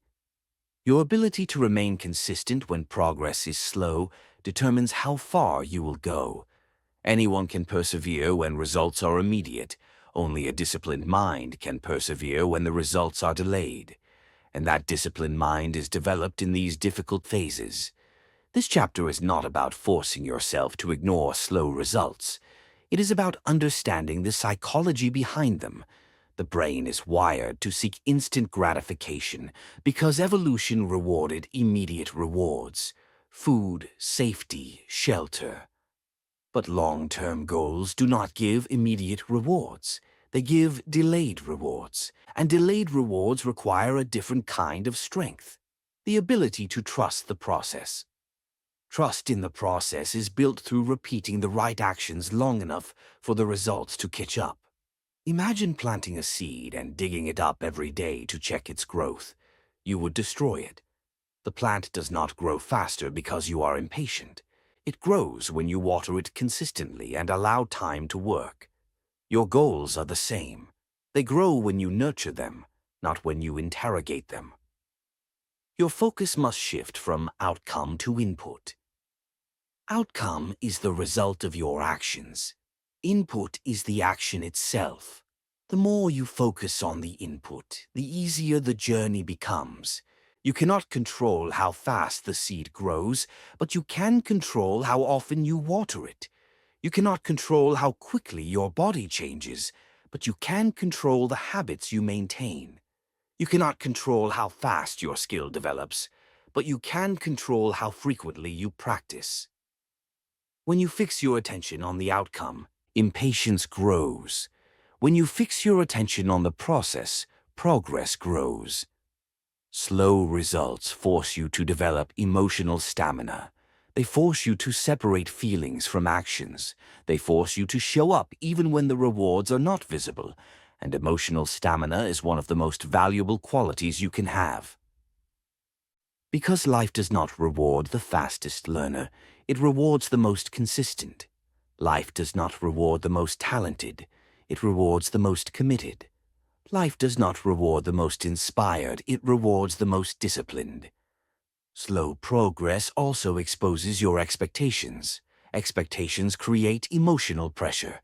When progress does not match your expectations, you feel disappointed. But disappointment is a sign of attachment. Attachment to speed, attachment to perfection, attachment to ease.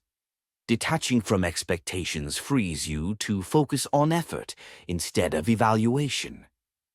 Focus on building the habit, not on tracking the transformation. Focus on doing the work, not on measuring the reward. Focus on showing up today, not on predicting tomorrow. This focus creates peace, and peace allows you to continue when others quit. Another reason slow results feel discouraging is that progress does not happen linearly. It happens in jumps, in sudden breakthroughs, in silent phases followed by explosive changes. The body, the mind, the skill, they all adapt in layers. You may be improving internally long before you see external proof. The person who quits during the silent phase kills the breakthrough that was supposed to come next. Most people underestimate how close they are to progress when they quit. They assume slow results mean nothing is happening. They assume their effort is wasted. But slow does not mean stagnant. Slow means building. Slow means accumulating. Slow means restructuring. Slow means preparing. The invisible phase is the most important part of the journey. This phase tests your resilience. This phase strengthens your character. This phase builds discipline. This phase filters out the half-hearted. This phase prepares you for the moment when progress becomes visible. What you do during slow results determines what kind of person you become when the results finally appear. Do you quit because you don't see progress? Or do you continue because you trust your consistency? The people who reach their goals have one thing in common. They keep going long enough for the results to catch up. The results always catch up, but only for the ones who stay in motion. Movement creates change. Consistency creates momentum. Momentum creates breakthroughs. Your breakthrough is not a magical moment. It is the accumulated weight of all the times you refuse to quit.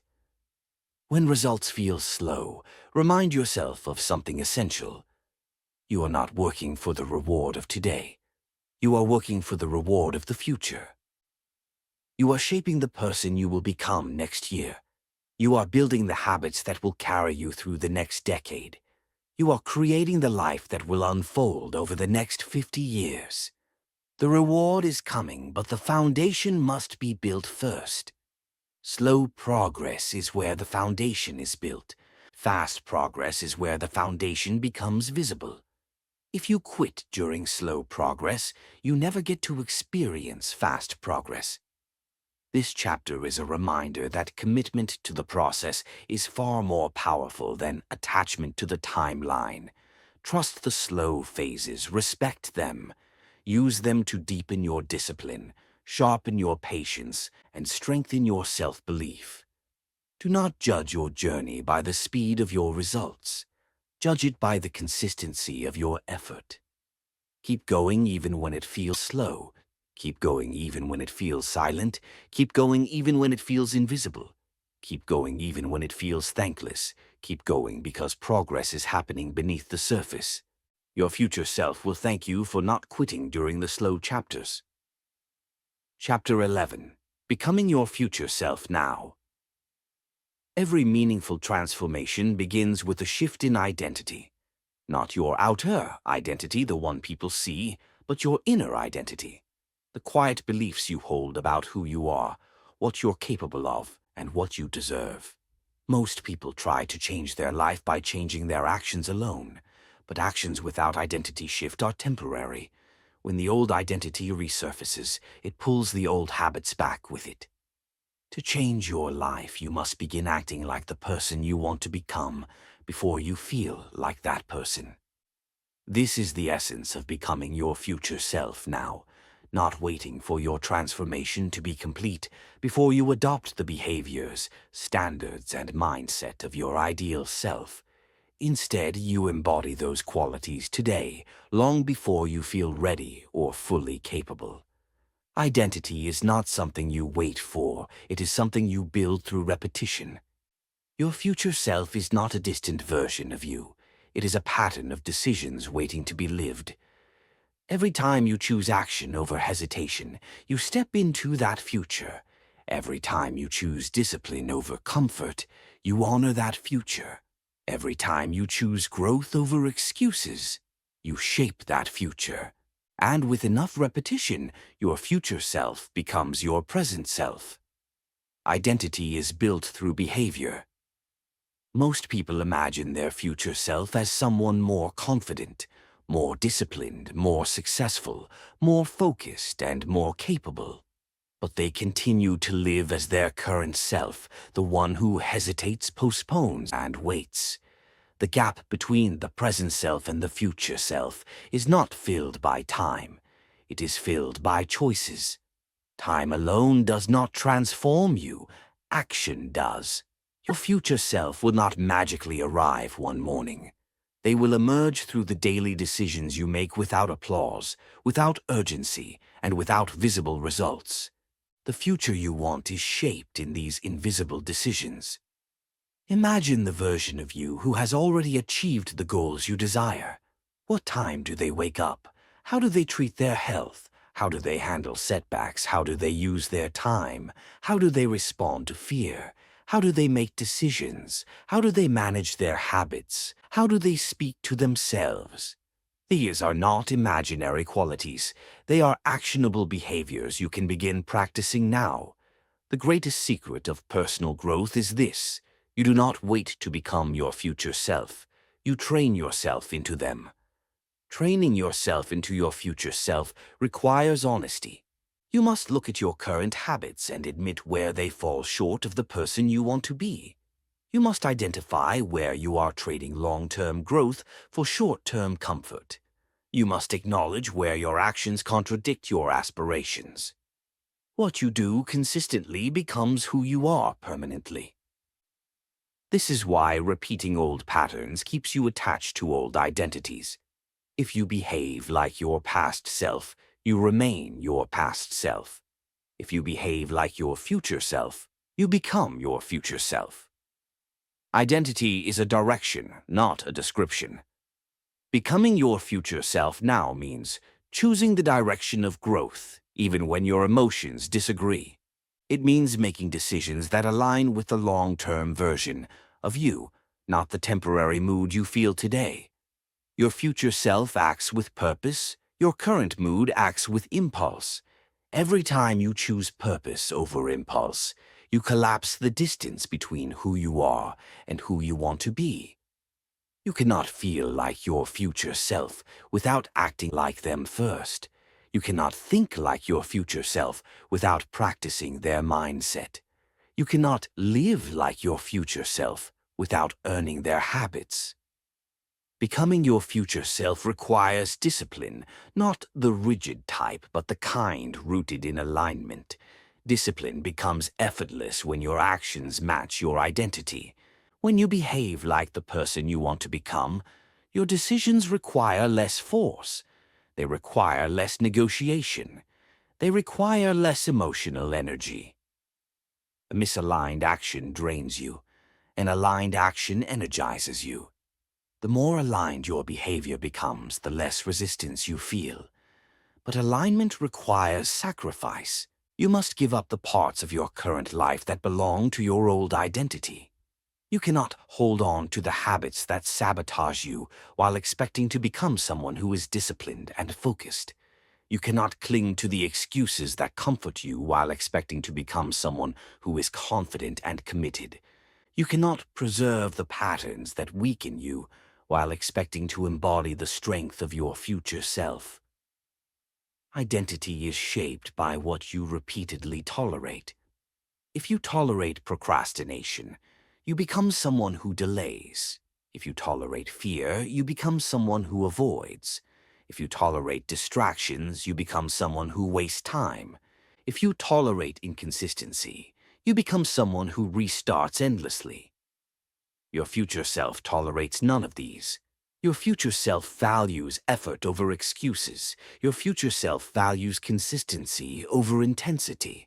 Your future self values progress over perfection. Your future self values long-term rewards over short-term comfort. Becoming your future self now means adopting these values before you feel ready, before the results show, and before confidence fully forms. Confidence grows from alignment. Alignment grows from action. Action grows from identity. This cycle transforms you from the inside out. Becoming your future self does not require dramatic changes. It requires honest ones. It requires you to make choices that your future self would approve of, small decisions that look insignificant but accumulate into transformation. Your future self reads one page when your current self wants to scroll. Your future self practices for 10 minutes when your current self wants to postpone. Your future self wakes up with intention when your current self wants to linger in bed. Your future self says no to distractions when your current self wants comfort. Your future self keeps going when your current self wants to quit. Every time you choose the future version of yourself over the current one, you strengthen that identity. And the stronger the identity becomes, the easier the aligned behavior feels. Identity is strengthened through repetition. Shaktiyo, the more you behave like your future self, the more your brain rewires itself to believe that is who you are. This is not imagination. This is neuroscience. The brain adapts to repeated actions. Synaptic pathways strengthen. Habits become automatic. Behavior becomes identity. You become what you repeatedly do. If you want to change your life, you must change your repeated actions, not your intentions. Intentions are important, but intentions without action become regret. Intentions with action become transformation.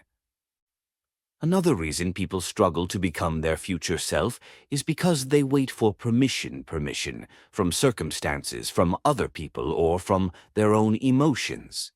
But your future self does not wait for permission. They act. They take ownership. They create opportunities instead of waiting for them. They do not negotiate with their potential. Becoming your future self now means giving yourself permission to rise. You do not need the perfect plan. You need the next step. You do not need confidence. You need movement. You do not need certainty. You need direction. You do not need validation. You need commitment. Your future self is built on choices, not feelings. The strongest version of you is not hiding somewhere in the distance. They are waiting for you to start behaving like them. And the moment you begin acting like that version, you begin attracting the life that version would live. Opportunity meets identity. Success meets discipline. Growth meets consistency. Transformation meets alignment. When you act like your future self, you pull your future toward you. Becoming your future self now also requires letting go of the belief that transformation must feel dramatic. It doesn't. It often feels subtle and quiet. It feels like choosing discomfort over comfort. It feels like rewriting small habits. It feels like resisting old patterns. It feels like doing ordinary things with extraordinary consistency. Your future self is shaped in ordinary moments. The decision to move today. The decision to focus today. The decision to try again today. The decision to improve by 1% today. These small decisions compound into a powerful identity. This chapter is not about imagining your future. It is about embodying it. It is about shrinking the gap between who you are and who you want to be. It is about practicing the behaviors that create the life you envision. It is about realizing that you are not waiting for the future, you are building it. The future is not a time. The future is a direction. The future is a decision. The future is now. The faster you behave like your future self, the sooner you become them. Chapter 12. The Momentum Identity. Identity is not just who you think you are. It is who you repeatedly prove yourself to be. Over time, your daily actions create a pattern, and that pattern becomes a personality. Your habits become your character. Your decisions become your direction. Your consistency becomes your identity. And identity is what determines how far you will go in life, far more than motivation, talent, or even opportunity. Up to this point, you have learned how action creates clarity, how momentum creates progress, how discipline creates stability, and how your future self is built through choices, not dreams. Now you will learn the final and most powerful principle. The moment you identify as someone who moves first, acts despite fear, and continues despite slow results, you become unstoppable. This is the momentum identity. The momentum identity is not built on perfection. It is built on persistence. It is built on the understanding that movement is more powerful than mood, that consistency is more powerful than motivation, and that identity is more powerful than excuses. It is built on the decision that you will no longer wait to feel ready, because readiness is not a feeling, it is a habit. Your identity must become anchored in movement. Oh, people often anchor their identity in limitation. They say, I'm not disciplined, or I'm not confident, or I'm not consistent, as if these are fixed traits. But these are not traits. These are habits. Habits can change. Habits can evolve. Habits can be replaced. Anyone can become disciplined. Anyone can become confident. Anyone can become consistent. What separates people is not capability, it is the identity they commit to. When you choose the momentum identity, you choose an identity that is built on action, not avoidance. Avoidance creates an identity of hesitation. I overthink. I procrastinate. I take too long to start. I wait for motivation. I quit when results are slow. Action creates an identity of strength. I show up. I begin even when I feel fear. I continue even when it's hard. I don't wait for moods. I finish what I start. Identity grows in the direction of repeated behavior. If you behave like someone who hesitates, you become that person. If you behave like someone who acts, you become that person. Identity does not come from labels. It comes from patterns. The momentum identity begins with one simple belief. I am someone who moves. Not someone who thinks about moving. Not someone who plans to move. Not someone who waits to move. Someone who moves. This belief becomes a powerful anchor. When you tell yourself, I am someone who moves, your actions begin to align with that identity. You stop debating with yourself. You stop delaying the beginning. You stop seeking emotional comfort. You begin taking the next step, even when the step is small. Small steps build momentum. Momentum builds identity. Identity builds destiny. The momentum identity is infectious. Once you start building it, it spreads to every area of your life. You begin moving not only in your goals, but in your relationships, your decisions, your learning, and your self-growth. You stop being passive. You stop being reactive. You stop letting life happen to you. You start happening to life. Movement becomes your default. When something scares you, you move toward it. When something matters to you, you act on it. When something challenges you, you face it. When something requires consistency, you show up. When something feels slow, you continue. This identity becomes a shield against self-doubt. Doubt may still whisper, but movement answers louder. Doubt may still appear, but movement interrupts it. Doubt may still exist, but movement weakens it. You will never eliminate doubt entirely, but you can render it powerless by acting before it takes control. Hui, the momentum identity also protects you from perfectionism. Perfectionism says, do it flawlessly or don't do it at all. Momentum says, start small and improve as you go. Perfectionism suffocates action. Momentum liberates it. Perfectionism creates paralysis. Momentum creates progress. Perfectionism waits for the right moment. Momentum creates the right moment. You cannot be a perfectionist and a person of momentum at the same time. One waits, the other moves. When you embrace the momentum identity, you stop demanding perfection from yourself. You start demanding consistency. You stop focusing on the ideal outcome. You start focusing on the next step. You stop expecting immediate transformation. You start trusting gradual evolution.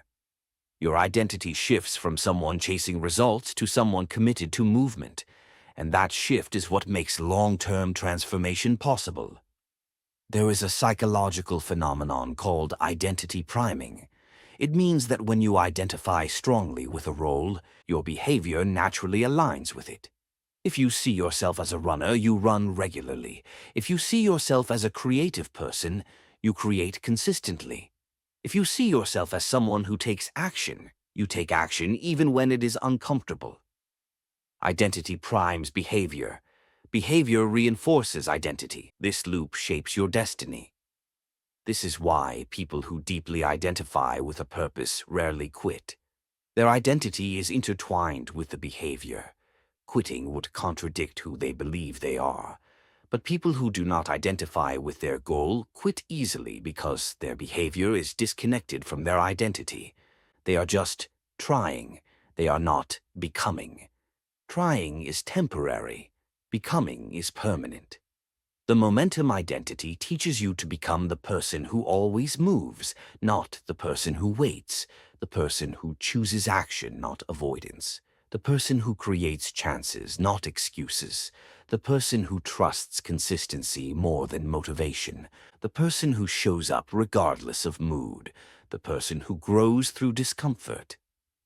The strongest identity you can ever adopt is the identity of someone who moves first, not perfectly, but consistently. People often underestimate the power of even the smallest action.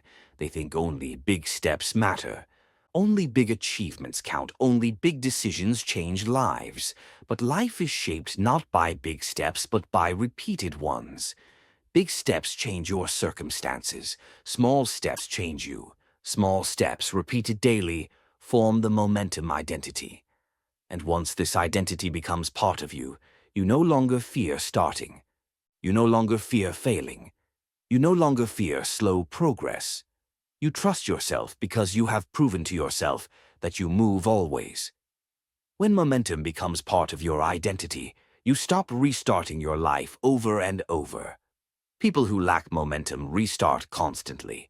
They begin with enthusiasm, stop when the excitement fades, feel disappointed, wait for new motivation, and begin again. This cycle repeats endlessly because the identity behind the behavior never changed. Momentum breaks the cycle. Identity makes the change permanent. When you become someone who moves every day, you don't need to restart, you simply continue. Even if you miss a day, you don't collapse. You don't spiral. You don't give up. You return automatically because the behavior aligns with who you believe you are. Consistency becomes normal. Effort becomes natural. Patience becomes easy. Progress becomes inevitable.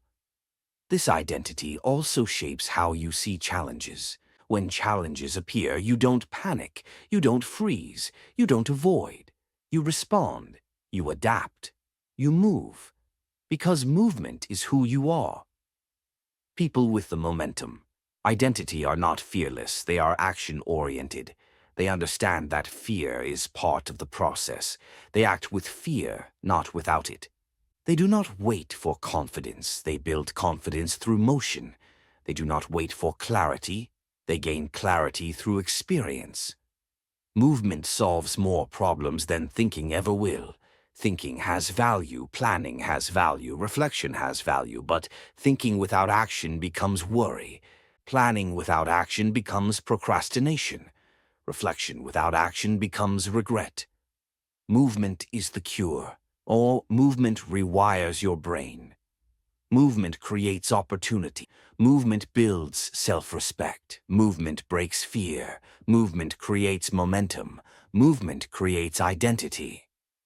Your identity is shaped through the moments when you choose action over hesitation. Every time you move despite fear, your identity strengthens. Every time you show up despite discomfort, your identity evolves. Every time you take a step that your old self would avoid, your identity expands. This chapter is the culmination of everything you've learned. You are not waiting for the right moment. You are not waiting for motivation. You are not waiting for perfection. You are not waiting for readiness. You are deciding who you are. You are choosing who you become. You are shaping your identity through action. You are becoming the person your future requires. The momentum identity is not built in a day. It is built daily. It grows through the disciplined act of taking the next step, again and again, even when no one sees it. It grows through your commitment to progress. It grows through your refusal to quit. It grows through your willingness to move. And once this identity is fully formed, nothing in the world can stop you because you are no longer relying on emotion, circumstance, or comfort. You are relying on the identity you built with your own hands, one step at a time. The momentum. Identity is the final evolution of stop waiting to feel ready. Start moving anyway. Because when movement becomes identity, momentum becomes destiny. Outro final reflection. You've come a long way, not just through the chapters of this audiobook, but through the journey of confronting your hesitation, understanding your fear, and rediscovering your ability to move.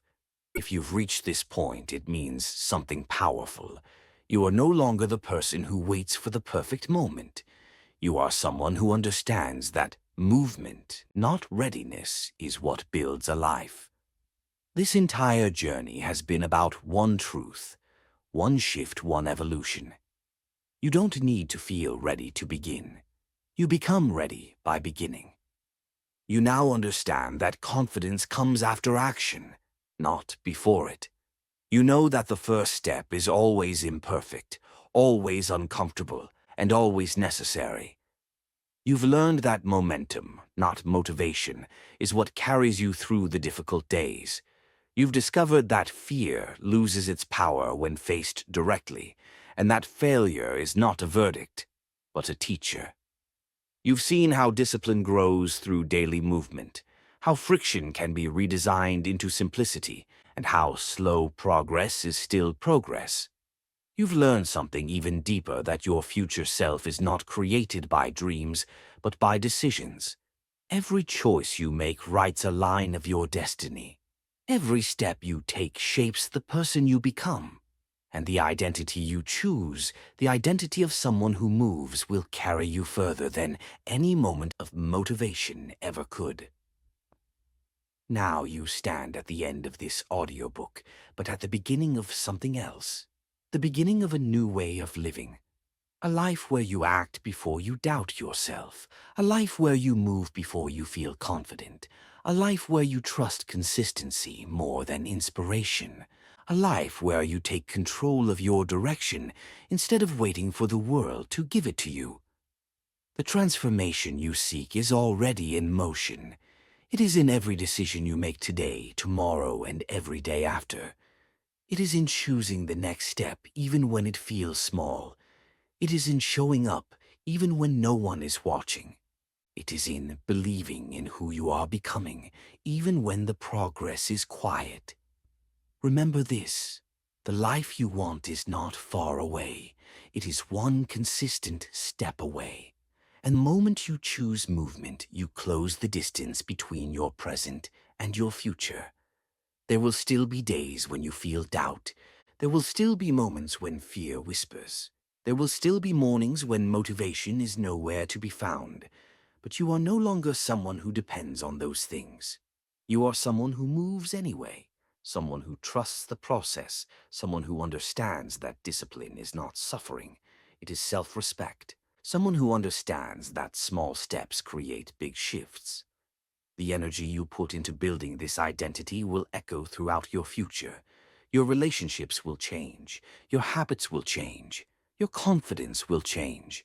Your opportunities will change. Everything in your life will begin to align with the person you have chosen to become. You did not listen to this audiobook for entertainment.